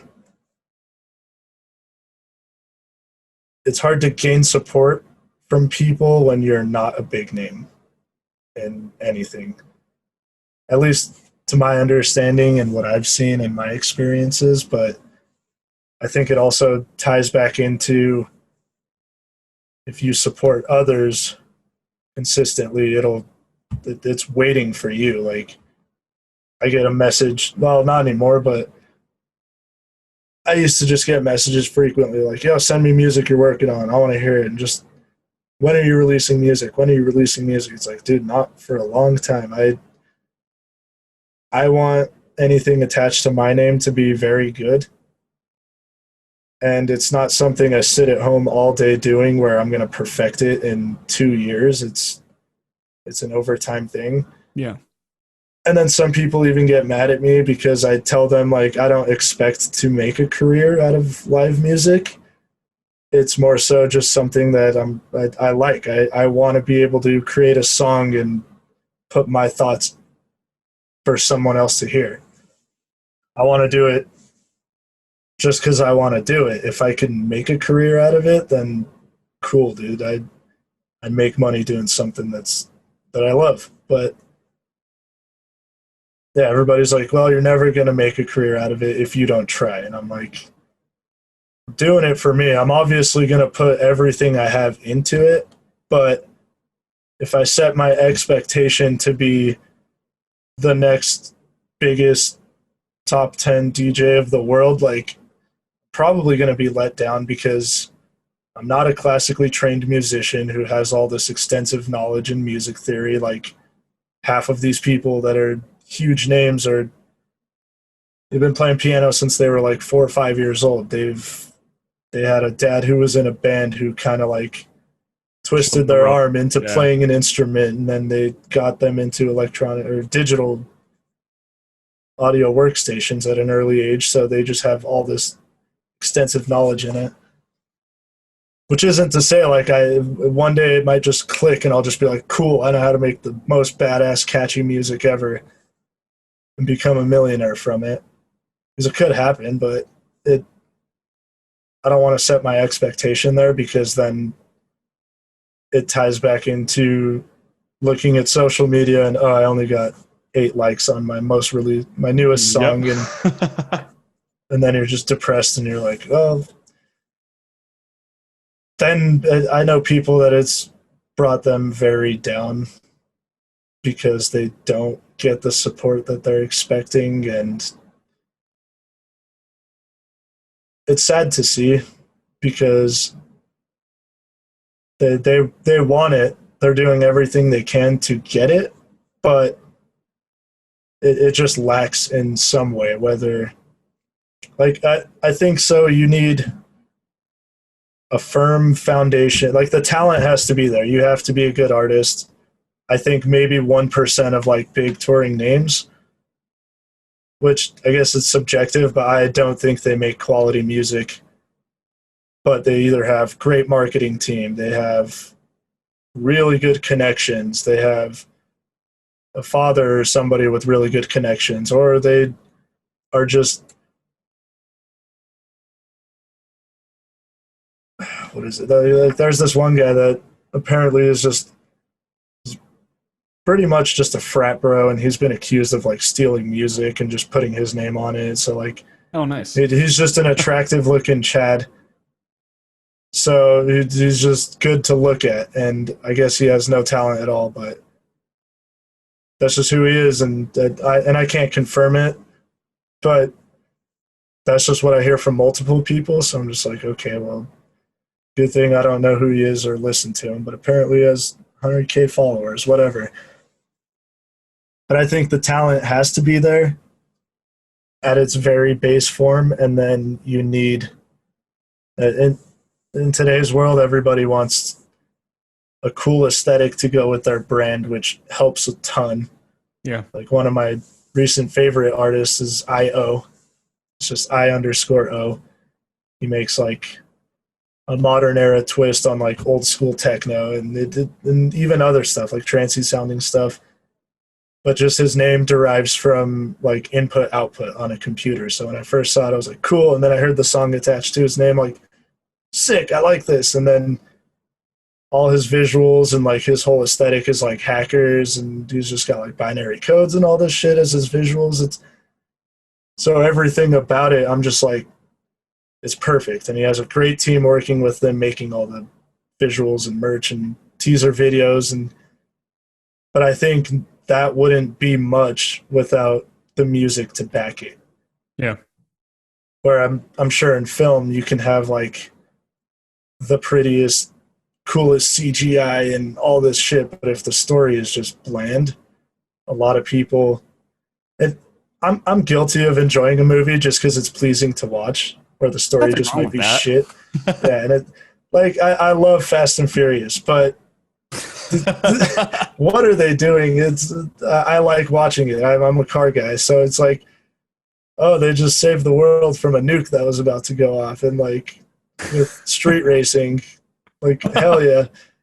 Like the story is just, what are you doing? But it's just appealing to watch. But Yeah. I think is I mean, the thing with too is like me having gone to film school, I can't ever watch a movie like a normal person anymore. yeah, I oh can yeah, try and I could say like, oh yeah, this is just for entertainment.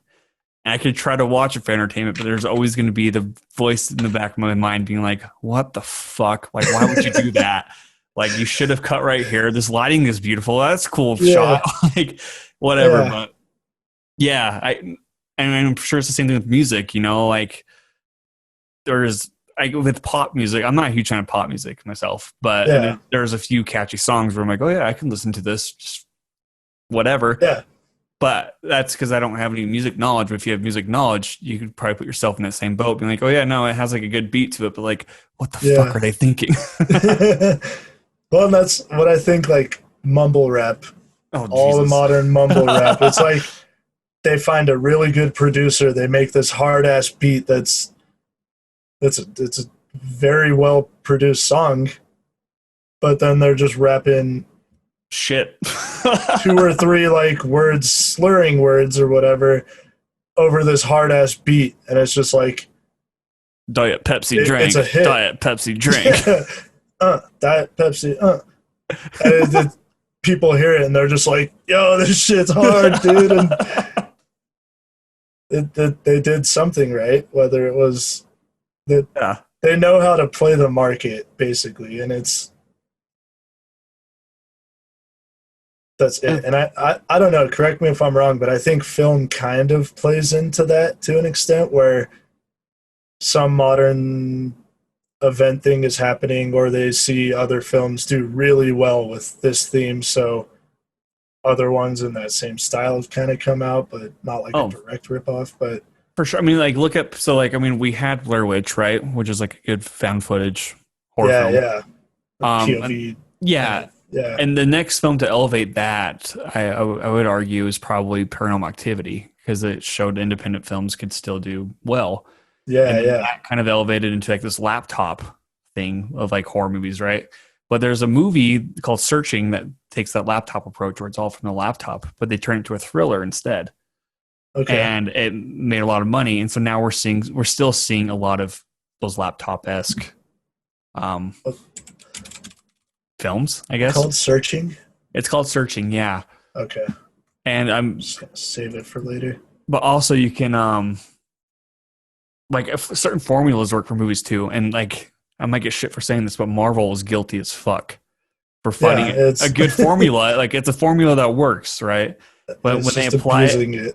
yeah, like when they apply it across all these films, it all of a sudden makes all these characters have the same beats and the same Yeah, lines and personalities. And to the average moviegoer, by all means, you know, they don't care. yeah, Yeah. But Now I he's mean, Ant-Man. Now he's Spider-Man. Now yeah, he's Iron Man. Like, he relates to all of them in that sense, which is yeah, cool, like great yeah, inspiration. But um, critically, it's just like, seriously, like you can't just come up with something different. And then when you yeah, try to go against that, like DC tried, and DC is a good example of trying to copy that formula but forcing it, right? What Marvel did yeah. right was like take its time to explore that formula, whereas Uh-huh. DC forced it with Batman versus Superman out of nowhere, trying to set this whole Justice League phenomenon right, and it's just like, whoa, this is not working, obviously. Yeah, yeah. So I don't know, man. Yeah, like once they find something that works, they exploit the fuck out of it. And it's funny you mentioned pop music, but I forget like the actual music terminology for it, but the big majority of modern pop music is the same four chords in the same progression. Yeah, Basically, just there's a guy on YouTube that is just playing these same four like chords over and over and singing like 20 different songs over it, all just blending one to another. Just all these songs that like you've heard, and you're just like, is literally the same thing. And that's why pop music is a hit, but it's also why you need to already be there to try to yep, have like I could argue there's not gonna be another Britney Spears. Like no one's to like a Britney Spears fan and diehard or whatever. No one's gonna surpass her. There might be like another one, like Lady Gaga or something, who might be similar in whatever aspect, but that's her own. right. Gaga's like her own style. Where Britney was this and different era too, and Taylor Swift's her own thing, and yeah, and but I think a lot of it just stems from again, they need to have the talent. Sometimes audio engineers can manipulate voices to sound yep, way better than they are, but it's also a matter of like how would you get to that point nowadays? Like you have to make like a YouTube cover video like some artists have where it just stumbles into the right hands and they're like, holy shit, this person has talent. Bring them to the studio in Hollywood. Like, let's record a song or let's meet with them, sign a record deal or something. But it's like, how do you get to that point? Because I don't think anybody's going to surpass whatever artist they like.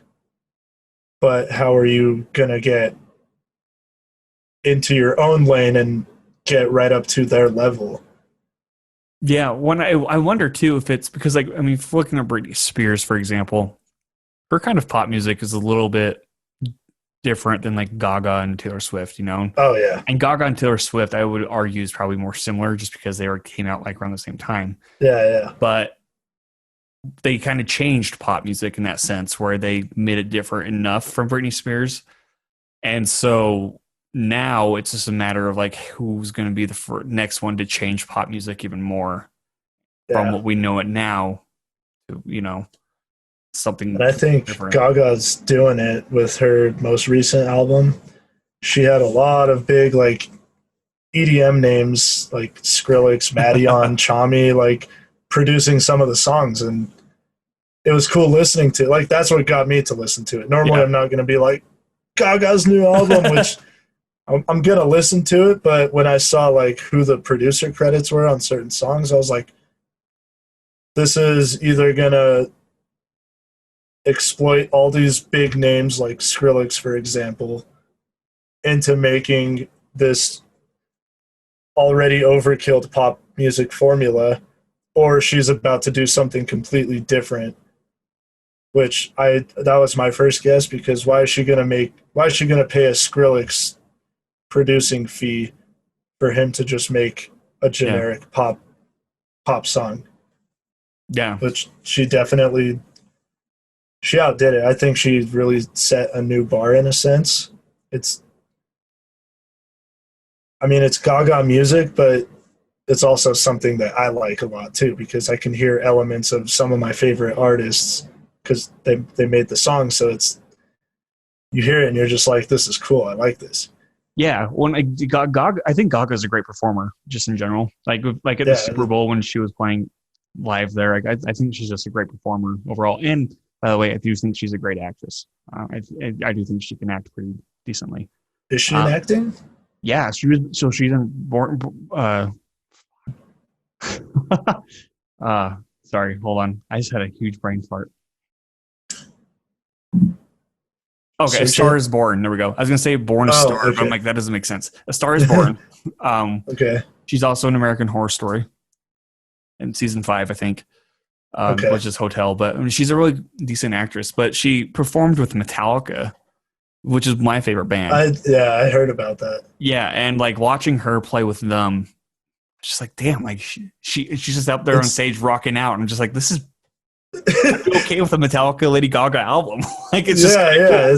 It's the craziest, most unexpected collaboration. Like it, Yeah.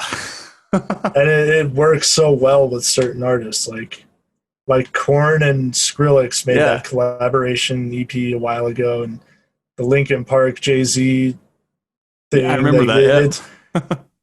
and I love all of it because I grew up just I like metal. Metal's my thing. I like deathcore a lot. Screaming, yelling, mosh Yeah. pits, getting kicked in the head. It's all It's all fun. that's the one thing I miss the most about COVID being a thing is just moshing to some dive bar band that's playing just some crazy music with 20 other people that are just there to rage and have fun. And it's cool. I miss raving and everything too, but it's like just all this pent up energy. Like once in a while, I just want to go to somebody who's flailing their arm and fucking whacks me in the jaw. Like just that burst of aggression. You're just like, ah! Don't get mad at them. I mean, some people do it intentionally. That's a whole different story. But yeah, it's whenever I see like metal, rock, just I call it real music because they're using real instruments, even though a lot of them bring it back to a digital workstation to like perfect it and whatever. Yeah. But yeah, they're using guitars and drums and pianos, whatever, to make that music, and they collaborate with somebody just whether it's the opposite end of the music spectrum or just somebody unexpected that's just like a wow effect that it's great marketing. It's just like, whoa, Gaga and Metallica, like what? I'm curious. Like, let me see this. And it's just, especially when they're talented musicians that they know what they're doing, so they know exactly how they're going to pull it off and what they need to make it happen and happen very well. Yeah. It's something. It's I mean, especially because that's out of her music range, right? Oh yeah, But she's up there supporting Metallica T-shirt with like old school 1980s leggings, you know, like like I saw like clips and bits and pieces yeah, of it. yeah, yeah, and like It's like high tall boots, like leather boots and shit. I'm just like, holy shit, like she's going metal, like, like an '80s rocker. and she's up, Literally, yeah, she's just up there like head banging and like not even just like nodding, you know, what I mean, like she's just full on whipping like their hair. Yeah, yeah, it's yeah. like that's energizing, like that's so fun. Yeah. So I have mad respect for anybody who can like blend genres. You Yeah, know? and I like when SoundCloud somehow brings me to some random small 200 follower artist out of wherever in the Yeah. world, and they made this completely like genre bending remix of some famous song or recent song to it. It's big in like the EDM community, is like where DJ Snake or Skrillex releases a new song, and within the next like day, even a couple hours sometimes, Millions of there's hits. just so many remixes popping up of that song, like bootleg remixes, because that's what people are going to search for. And then they hit play, and the next one on the list is whatever remix, and this person's edit, and this person's club remix, or whatever it is. It's a good way to try to get your name out there if you're like one of the first. But time to time, you'll find these random songs that they had like they'll steal the acapella and the vocals out of a song that I know, and they put it over like a metal groove, or they put it like I really like lately. There's one page specifically that'll take like just well-known vocals and full songs and put it over like classy jazz elevator music type thing, and it's really great listening music. I'll have to find it and send it to you, but it's fun. The guy is, yeah, he's good, and I don't know if he's just finding existing jazz music. I don't know enough about it to know if they're big songs, but I don't know if he's just finding them and just layering it, slowing it down, speeding it up, adjusting to the chorus and whatever, or if he's making the jazz for that song. Whatever he's doing it good. And I like finding those unexpected, we call them gold, I guess. Yeah. Do you know Cell Dweller? Yes. I love Cell Dweller. He makes some cool remixes too. Like he did one with it's the Saw theme from the Saw movies, and he mixed it with the Lost Boys theme song, like in one of those 80s songs. Oh, I don't think I've heard that one. It's pretty great because he's like, thou shalt not cry, and then all of a sudden you hear like, you want to play a game, like from Saw, and like it's cool fucking remix of like blending these two songs together. Cell Dwellers, yeah, I've always liked how there's like some electronic influence in him, but then he's like heavy. It and that's what I love. Like old school Attack I was big into them, and I saw them live. I've seen them a few times at Warped Tour. Yep. R.I.P. Warped Tour, man. I'm gonna miss Warped Tour. Did you go to the 2011 year? Yeah. I went to that one too. That's where I saw them. I think I went 09 to 12. To 12? Yeah, because it was 9th grade all the way up to my senior year. Yeah. And then I was going to go, like, I went in 2015 also. I don't remember all the years. I'd have to look at the lineup and be like, okay, no, I was at that one, or I wasn't. But I remember finding this cool Spotify playlist. It was just, I was digging through something and opened up a station on one song, and then it was going down, and I found some other song, and it has like appears on whatever playlist. And then I found a playlist that was called like, I forget the name. It was like songs you probably liked in middle school, and it was filled with like Cell Dweller and Blue Stolly and Korn and just all these guys that I hadn't heard their names in a long time. Well, Korn I've still listened to recently. One of my best friends is a huge Korn fan, but yeah, just all these old school names. So I just went down like nostalgia lane listening to these groups. all these, and I didn't know Blue Stolly was a single act. Yeah, I didn't know. It's just well, and I found that out because Cell Dweller came out with a live album, and Blue Stolly was there supporting him and playing the other instruments and shit. And they had like a drum off at one point, like electronic drum off, and I was just like, that's so fucking cool. Like, that's something that I wish I could relive, like every concert that I missed that I regret missing prior to like 2015. Did you see BT live ever then? Yeah. He came to Park City live probably 3 years ago, maybe? Probably 3 years ago. There's a funny story about that night too. I got very, very drunk, and BT, like before BT even came on, it was probably like 11 o'clock, and I was just slamming, the fuck are they called? The blue AMFs. Shit. AMF after AMF, and I was just hammered. And BT comes on, and I can barely see straight. And I was just sitting there doing like this drunk dance, just whatever. And what looked attractive to me in a woman is now in front of me.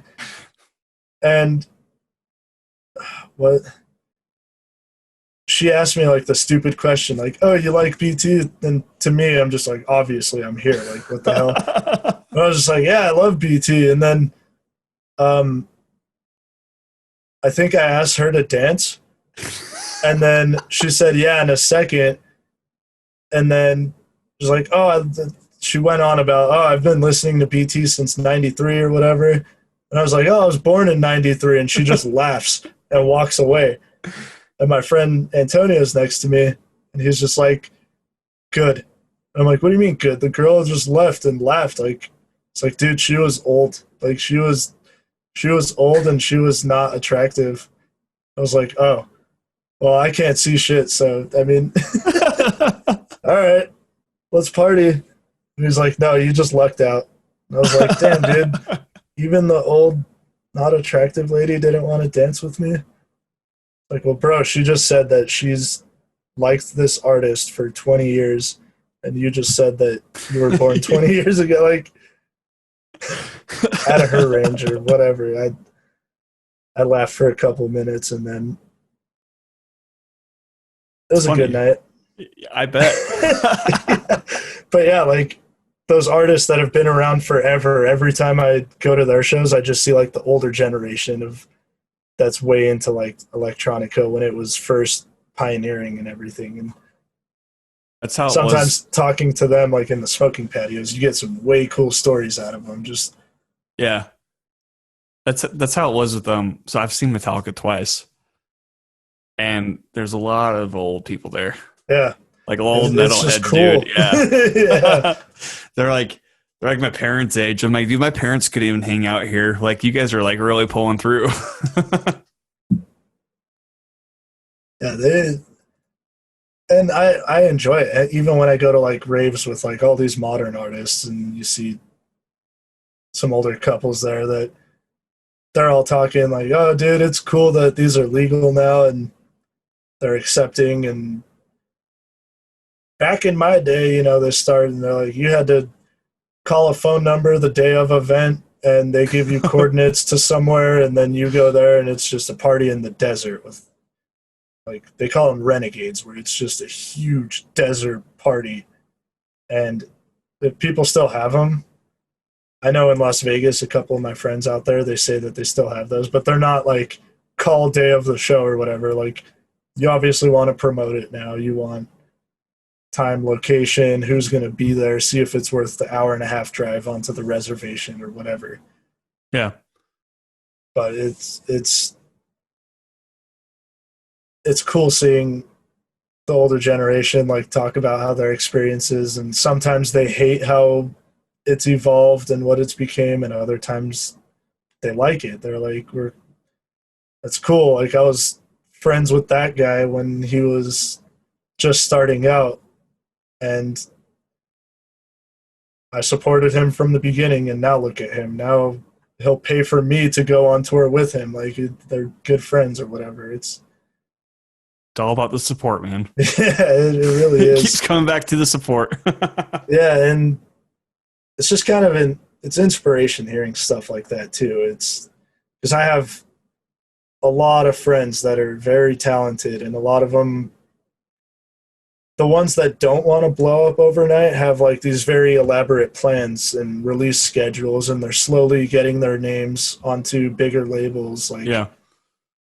they're they're doing the beginner steps of where a lot of these bigger artists started, which is really cool to see. And it's not that I'm suddenly going to be like number one supporter because, oh, now suddenly so and so acknowledges your existence because you're on his label. But it's like somebody I befriended a while ago, and that I've always supported them. They've known it, but it's cool seeing that transition from being a local, just opening up a couple shows a year, to getting the bigger, better shows with better time slots later in the night for the bigger crowds, and then eventually traveling. There's high demand in another state, and then they suddenly that they're doing They essentially start touring after that, but there's a lot of things that go into it to create their whole brand. It's really cool to see, and it's a lot that I didn't know when I was first getting into it. But in my personal experience, I thought I started DJing, and I think DOS Energy was my second show ever. It was the first time I ever played on CDJs, so it was nerve wracking being on a big stage playing on this professional equipment. But it was like what we were talking about earlier, like bad ego, because then I was like, oh, this is easy. I'm going to be famous in no time. And then it's like, Yeah. no, you need music to. I guess back years and years ago, you could become big by just being like a skilled DJ, like a turntablist. But nowadays, it's people want to hear music that you made, so then it brings hype for you, and then you go to their city and they come to see you play your own music. Yeah. Like there was the one guy, he wore like a stupid mask, DJ Blend or something. He's like this 15-year-old kid that just made like these. He just made these DJ mixes in his room, and he wore like it almost looks like Chucky, just like a latex mask, and That sounds awful. he would just be raging and partying in his room, like just hype music, a hype fucking teenager doing it. He became big because of that whole aesthetic and what he was doing. But he just kind of died out because he never really had his own productions and his own stuff to do it. And I think if he had started at that time, he could have kept going and easily been way bigger than he is now. But like, people still know him, but I don't think I know anybody personally that would travel to see him at a music festival if he even got booked at one. Or not to discredit the kid, I hear he's a nice guy. I hear he barely turned 21 this year, and I I just think it was potential that just kind of slipped away because it's not adapting to modern times. Yeah. And it's not, I don't know how to put it. It's just basically not what a big company is going to take the risk to pay him whatever his booking fee might be to come play. They might get a negative backlash. Every event gets negative backlash to some sense, where like, oh, they only brought house DJs. I want dubstep DJs. Like, fuck you. You don't book dubstep DJs or whatever. And there's always going to be the negative into it. But yeah, it's some people are going to be like, DJ Blend doesn't even make music. Like that's a big thing in not only local, but like a lot of areas is why are just DJs getting booked over people that make music? It's like, in my opinion, just because you make music doesn't mean that you should get a certain show or a better time slot than somebody who does, because music might be shit. I could throw together something and release it and be like, oh, I make music, I deserve Yep. a better show. But then it's also like, I guess connections play into it. Some of these people know the people throwing the event and have been supporters slash investors slash whatever for a long time. So maybe once or twice a year, if their favorite artist comes to town, like obviously they might have priority over somebody else. And Yeah. and then even there's times where a certain artist has been to this city and whoever opened for him previously liked how they warmed up the night. They didn't. That there's a lot of etiquette that goes into opening up for a big performer, as in like, don't play their music, don't go too crazy with the energy. Like it's a whole different it's a whole different vibe. You're not the star of the show technically, so you got to kind of cater to that, but you still want to show that like you are you. But the big name DJ might request like, oh, I like this guy last time when he opened, and they might even request it. But then other people are like, oh, why didn't I get that? He played last time he was here. Blah blah blah blah blah. It's Great ego. There's a it's lot of butthurt egos going on.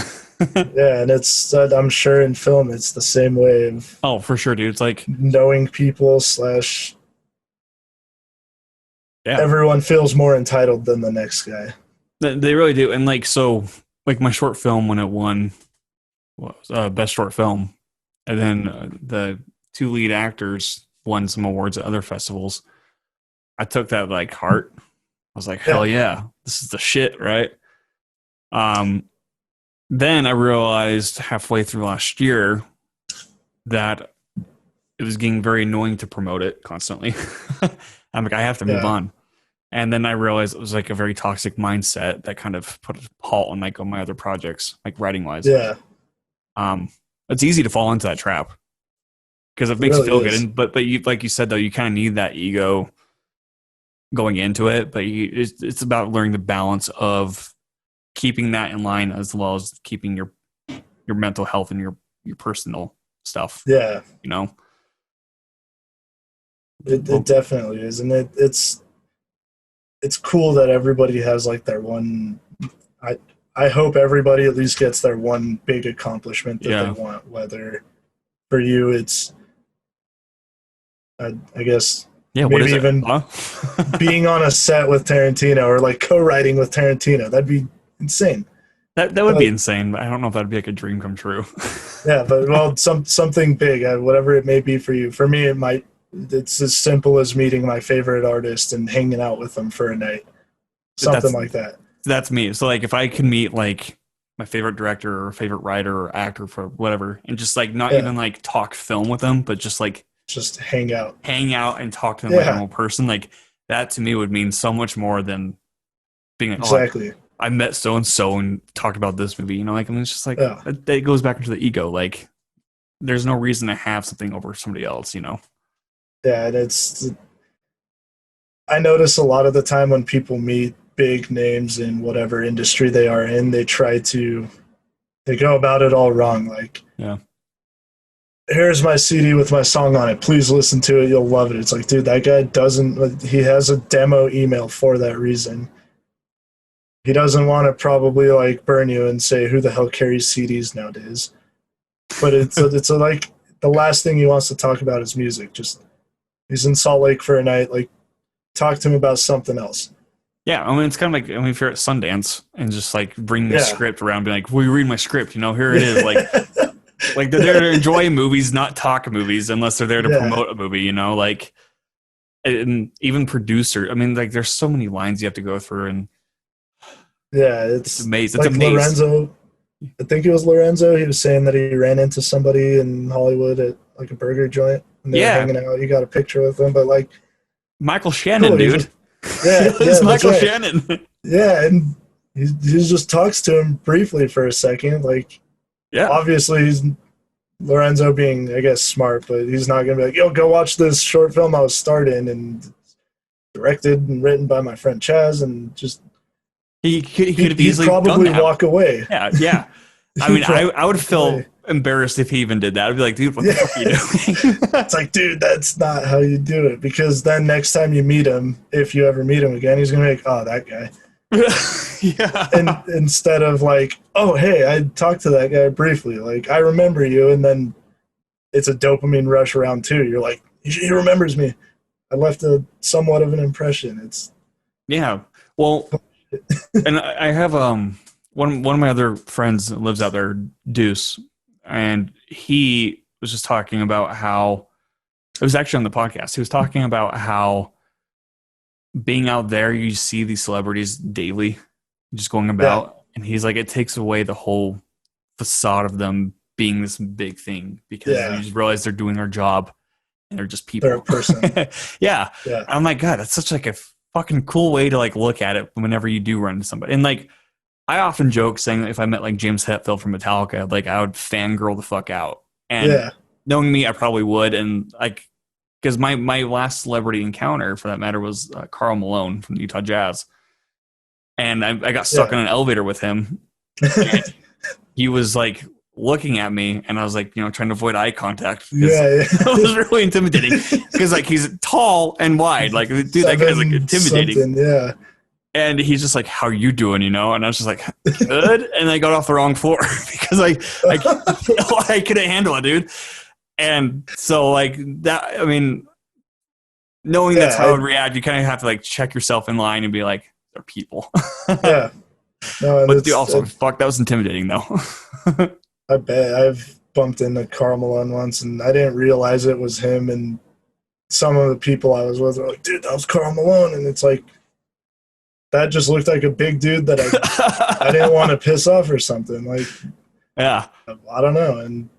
But I have family. My dad's side, they live from their front porch. If you just look down the street, Paramount Pictures is right there. So Yeah. they're encountering celebrities all the time. And my uncle has a watch store right on Melrose, just down the street from Paramount. Time to time, they'll get celebrities walking in, just, "Hey, do you have this brand and model?" And like they're very specific on what they want. He either has it or doesn't, but it's just a guy that is out and about on his day off or whatever, and he just wants to buy a watch, or they're Yep. eating burgers at this little burger joint, and next thing you know, Eminem walks in or something, and it's yeah. Eminem has like a music video, I think. Purple is it Purple Hills, and then the dirty version's Purple Pills. It's with D12 when they were like a little group. But there's this scene where he's just doing donuts in a parking lot in the music video, and that parking lot's just literally right there across from Paramount Pictures, like across the street from where they live. That's Which now they knocked down and built something on it, but that, of course. that's always Yeah, fun. there's all these little like landmarks around Hollywood where you might just recognize, and it's cool, but yeah, they say the same thing. It's just like you run into celebrities so often that It just becomes normal. you learn to treat them just as like, oh hey. For me, in some instances, like that, there's 100% guarantee that I'll be like, "You're the guy," and then freak out, and then just be like, "All right, cool, that's out of my system. Like, thank you for what you do, and I love your music, or I love your acting, I love all the digital art that you make, like whoever it may be." There's a few in each different genre Yeah. of art, but after that initial like sick is out, then it's just kind of all right. Can I Yeah. get a picture maybe or whatever? Well, it's kind of fun because like there's some celebrities that will still fangirl over other celebrities. Like, what's his name? He's on Parks and Rec. The guy who plays Ben, Adam. I'm so bad with the name. I know who you're talking about, Yeah, but I forgot his name. But he's a huge fan of Mark Hamill, and I think it was like is it Conan O'Brien or Jimmy Fallon, like one of those talk night shows. uh-huh. They brought Mark Hamill out unexpectedly, like dressed as Luke Skywalker, and the guy like freaked the fuck out. He's like speechless, and I'm like, hell yeah! Like it's a very human response, though. Yeah, yeah. It's kind of cool. Hell yeah, It dude. is, and I see it too. Like with artists I follow, like you'll see some artist uploaded a picture backstage at whatever festival they were, and they're like, "Yo, I just met whoever," and it's like, "Hey, obviously you met him. You're both playing the same event, and you're both like in the green room area or backstage or whatever." Yeah, But it's just cool to see like one person who's like maybe a mid-tier artist meeting like somebody who's a veteran who's been doing it forever, and it's like even if they're different styles, like it's cool to see that they appreciate their genre or something like that. And I feel like a lot of people have this misconception of, oh, you make trance music, you must hate everything else. But that's weird. like, no, I don't know. Some people think that way, I guess. It's so weird though.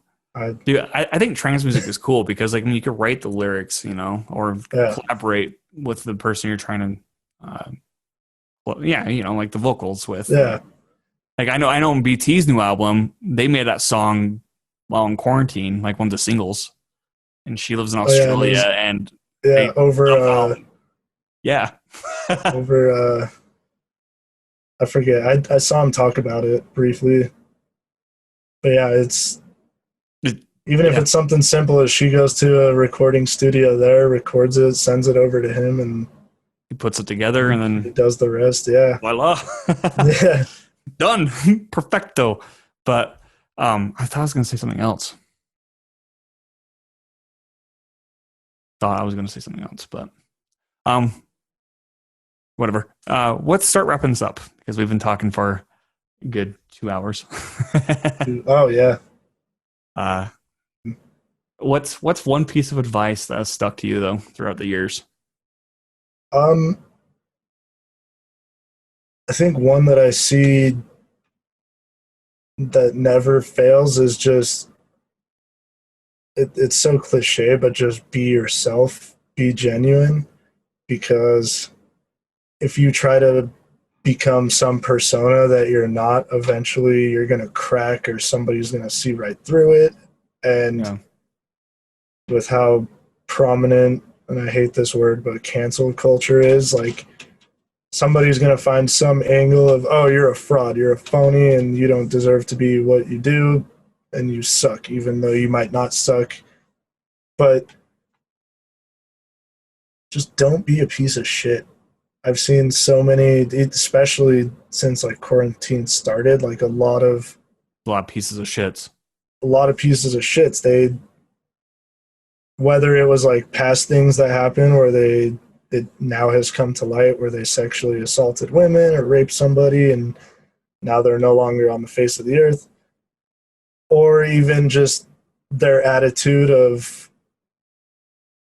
how they're handling things where it, it's a very 50-50, well, not even 50-50, it's more like 80-20 of EDM community, I should say, between artists, spectators, stage crew, the people throwing the events, just everything. Like the lighting guys, the visuals guys, just every little aspect that plays into it are currently out of money and employment. And 80% of them are just, yo, stay home, let's get this over with so people can start making a paycheck again. And then there's like 20% where it's just, oh, it's fake and we're still going to accept shows. We're still going to go to the club if somebody comes. We're still going to throw a show out in the desert or we're still doing whatever. And it not only slows down the process of bringing of live events back, but it's going to make it harder for future events to happen if there is some sort of outbreak, because then they have to go through all these loopholes just to get rolling again. And a lot of it's just don't be a piece of shit. I mean, it's as simple as that. And I find it funny artists that are accepting shows right now aren't promoting them at all.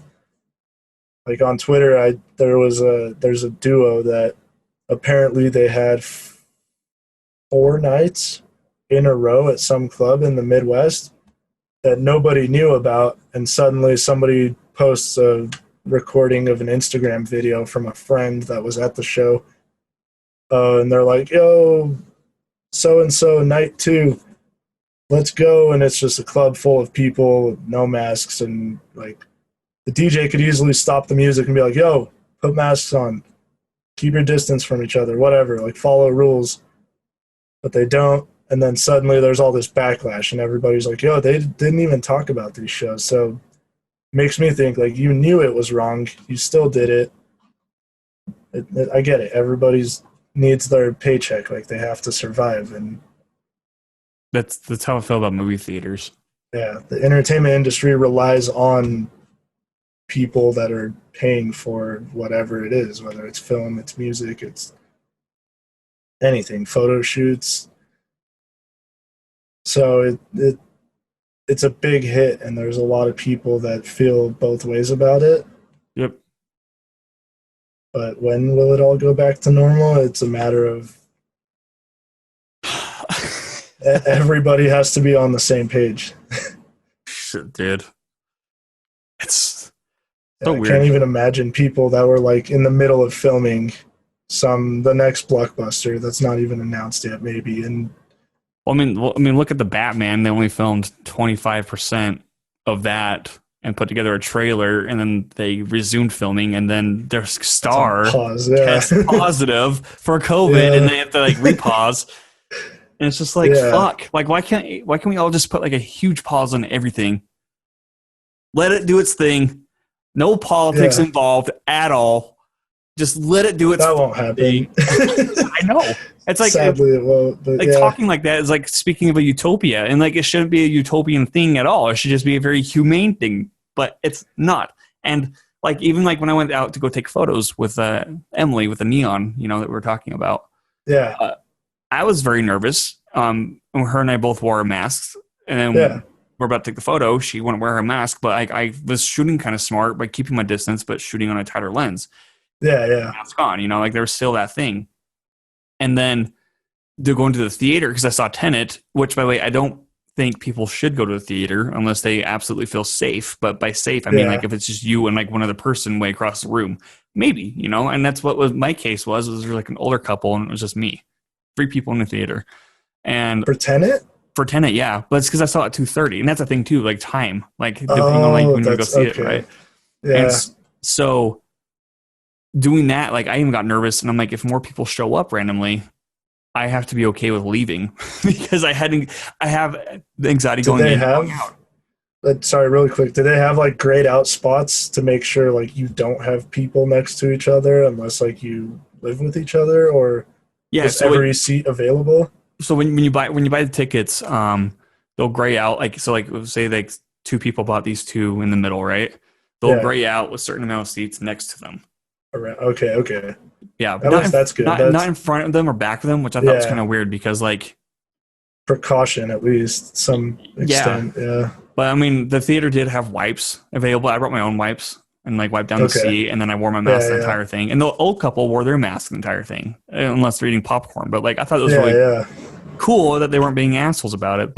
Yeah. But even then, I'm like, no movie or no concert is going to be worth getting this thing over. And like you Yeah. said, it's only going to delay it. And like I feel hypocritical for even going, and it's just annoying. And like studios pushing for these big movies releases or for music pushing for these shows, Yeah. right? Like it sends the wrong message of being like, well, we don't give a fuck if you catch this virus or if you're going to delay it. We're getting paid. Give us the money, Because it's literally mass gatherings, like film sets Fuck, dude. between even just the crew. Say you don't have extras on standby, but just the crew alone is huge. Trailers just filled with people, and Yeah. Well, and like like, it's literally a mass gathering. yeah, and I was talking to Charla about it, and she does commercial work and Hallmark stuff, and she said that like they were very professional and like they had to keep their masks on until they're about to yell action. They take the mask off, act, and right as they yell cut, the mask go back on. I'm like, well, that's how it should be, right? I Yeah. mean, like, but you don't have any control over that over independent stuff because that's all union based stuff. You don't Yeah. have any Yeah. of that over independent stuff with like friends or whatever. And I know like union stuff is pushing more like filmmaking style of like the 1960s. Like they came out with a thing saying like, hey, this is how they filmed sex scenes or love scenes or whatever in the 1960s. You need to follow these same protocols so like it can't be as intimate as they have been. Yeah. Yeah. Yeah. And it's just like it's a weird different approach. And I'm like, we could all seriously go back to our normal lives if people fucking just stopped. Like put a huge pause on Yeah. everything and just stopped. But Yeah. It's sorry, that's a rant, but no. I completely agree. I think putting a hold on everything, it worked for it. Well, I can't say it worked for Italy, but it worked for Italy in a sense. yeah, and They, Europe surpassed us. yeah. They are And opening theaters. They are going to music festivals more or less. they've Like announced a few, and clubs are slowly reopening and everything. It's yeah, and I then don't the know. US is like, well, we can do that too. And but it's like, but they've done things differently than we have here. And here it's all political. There it's not. Like there is a huge Yeah. shift. Oh my god, dude. That's frustrating, but nonetheless. There we America are. #1. Ah, you wanted number one, dude. We got number one in a lot of stuff in the wrong areas. Yeah. So Unfortunately. unfortunate. Yeah, I mean that's what it is. It's a weird time to be alive, but you being an artist, me being an artist, I'm actually excited to see what comes out of this quarantine. What Yeah. people are writing, music people are making. You know, like we we're talking about like pop music, like how people are going to elevate that. You know, to Yeah. be this huge influence. And I don't know, man. I feel like this period in time, even though as shitty as it is, I do think there's going to be a great outcome from an artist standpoint. You know, like there's going Yeah. to be a Yeah. huge shift, be it In the music, be it hierarchy of film. whatever. It's going to Yeah. be writing, you know, like books, novels. Like there's going to be a huge thing. So I'm excited for that. It's just a matter of surviving through. Yeah. And I think now is the time to be pushing your marketing on yourself because Yeah.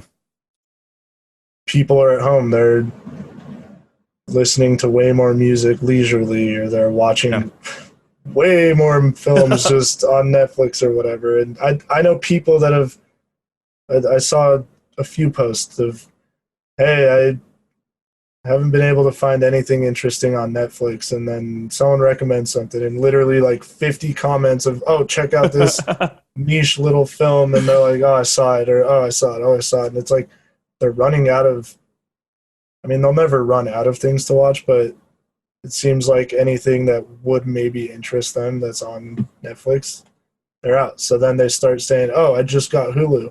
What do you recommend? And it's Same thing. like they're watching so much. So now is the time to be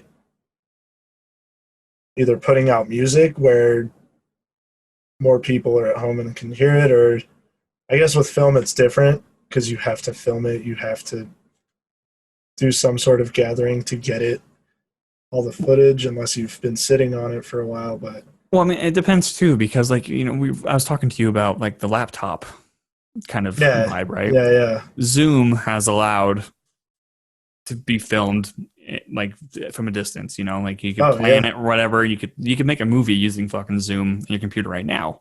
You can yeah. even do it off your cell phone and just have everybody send one person all the footage and edit together. It's gonna be fucking Yeah. weird, but Very different. Like how you and Chris were talking about using two different cameras and then having to tweak all the colors and yep, having different lights, like it changes oh yeah, everything. Like, oh yeah. um, so I'm It's still talking. possible though. You're saying it's definitely doable, but It is doable, but I mean, like, I don't think that should be that. I don't know if you're gonna do that. Like, you have to be really unique because there's only so much you can do off this. yeah. You know. But Um, so I guess one question I have for you is how would you try to take advantage of the whole stay at home thing to benefit you in furthering a career um, in film? well, so I consider myself a writer more than a filmmaker.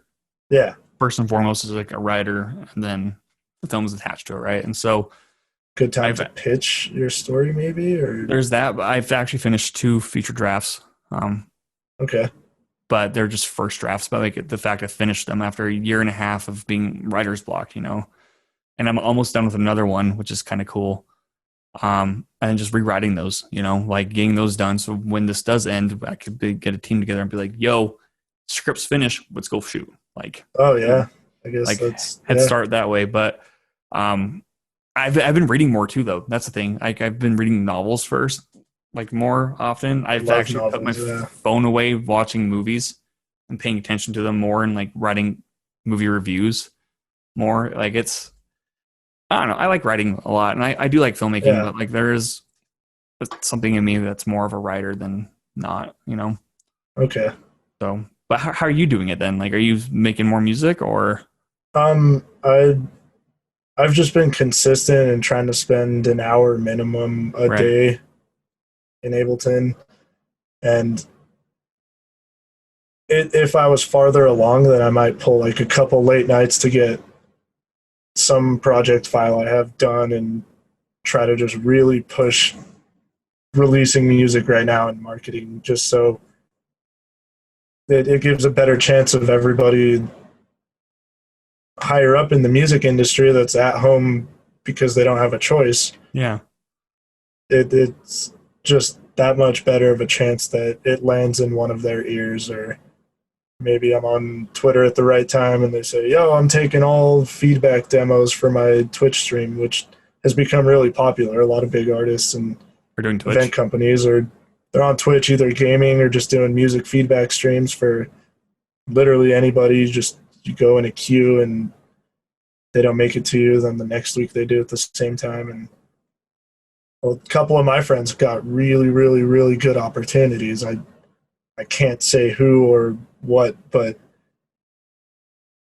Exciting stuff, though. yeah, they told me all about it, and I'm just like, if COVID never happened, then It'd be a they different wouldn't story. have been able to come in contact with this person because their Twitch stream wouldn't have happened, and this other person wouldn't have listened to their song and now followed them on SoundCloud, which is like a big deal or something. And so they were smart about it, and I'm kind of just repeating what they've been saying about it, because they're essentially banking in on that. They're making the best out of what a shitty situation is. Yeah. And they're using it to their advantage, which hopefully in the next year or two, whenever things pop off, they pop off with it. Which it sounds like they are. It sounds like that I have very high hopes for them. Hell yeah, dude.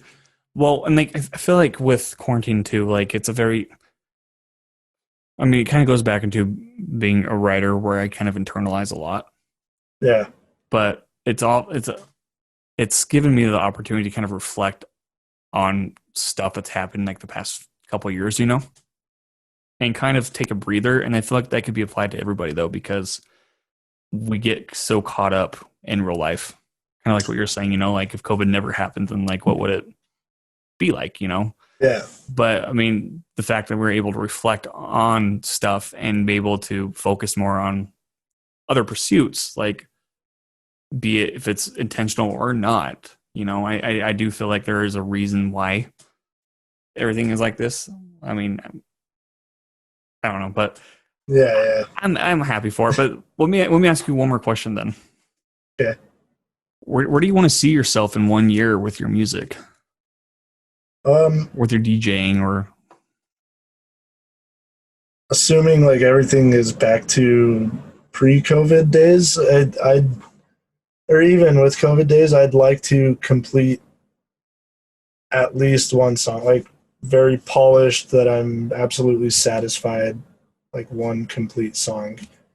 I don't. It doesn't mean I'm going to spend a whole year on it, but it could be 9 months of just learning new techniques and Yep. everything, and finally improving my workflow into even 2 weeks, spending 2 weeks on just some song that I'm just like, this is it, this is going to be the one, and then complete it and see what people think about it. I guess I'm not necessarily going to want to, oh, let's see if this big label likes it, let's see if they like it. I just want to see, starting small? Yeah.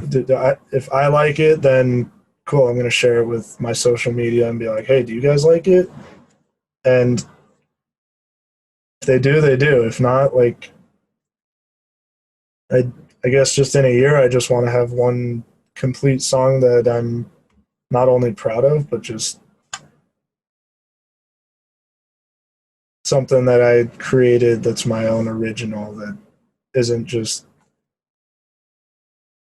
drag and drop samples from different people into this. Like, I want to make my own drum sounds, or tweak an existing one to the point where like it's perfect for what I envision it to. Because a lot of music is just resampling, and it's, but nobody wants to like try to synthesize their own hi-hat sound from scratch, because a lot of people just have a huge library, a huge folder of just hi-hats, and they'll find one they like, and it's like, Yeah. cool, I'm just going to use that one. It's easier to use that than try to recreate or create it from nothing. But yeah, I guess just having something all my own. I bet you will. But I mean, I could. I have a few that are just, whether the whole intro is done or something, and some where like a whole drop is done, or just cool little melodies I have, and I could just stitch them all together and make sure they're all the right key elements or whatever. But they're all just kind of different because for me and whatever I'm listening to that day, I come home and like that's what I'm in the mood to try to play with or recreate. So there's a bunch of different tempos and styles, and yeah. Well, when you get there, I think it'd be kind of cool if you did a music video too. And if you need that, I know peeps. Given it's post-COVID. I've always wanted to make like just a very, I don't even know what word like a head ass music video, just like a high quality like music video, but just whether it's just doing the dumbest, most random shit or just something that's just intriguing, where it doesn't have to have like some ulterior motive to it, but it's just here's a song playing and here's some cool video footage to go with it. Have you, who's the band? They have a song called Smack My Bitch, Smack That Bitch. Something like that. Smack Up My Bitch. I don't know. Hold on. Let me make sure this is right because that sounds very misogynistic. Smack My Bitch Up by The Prodigy. That's who it's by, The Prodigy. Oh, The Prodigy. Yeah. So this music video for this song is like all POV, and it's doing like the craziest shit. Like you see them sitting on the toilet, like whatever. Like it's a really interesting music video, but at the end it's revealed to be a female the whole time. And like they're doing like watching it, you're like, oh my god, like what kind of douchebag's doing this? But it's actually a female. You're just like, wait, okay. But it's it's all in the head, and like has nothing to do with what the song's saying at all. Yeah.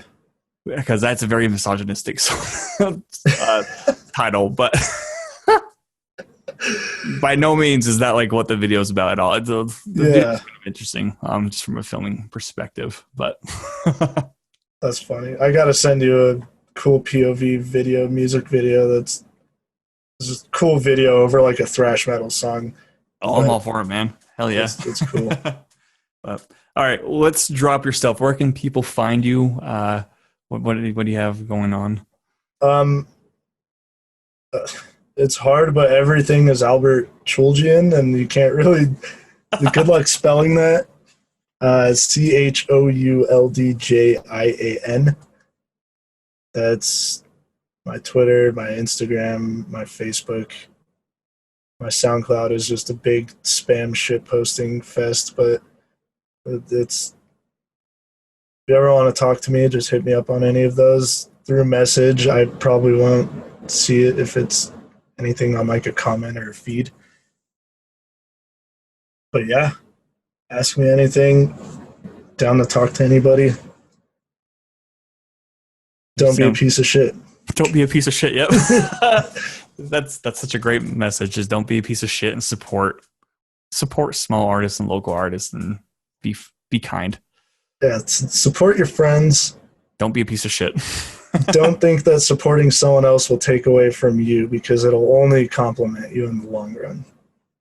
I love that. That's such a great outlook. You can find me on Twitter and Instagram at your boy Chaz. You can find the podcast everywhere. Yeah, and yeah, Albert, it was nice meeting you finally, by the way. Yeah. Even though it's virtual, but digitally meet you. Yeah. One day, dude. I mean, do you live in Salt Lake then? I'm in Sandy, yeah. You're in, dude. Are you in Sandy? We'll talk after this. All right.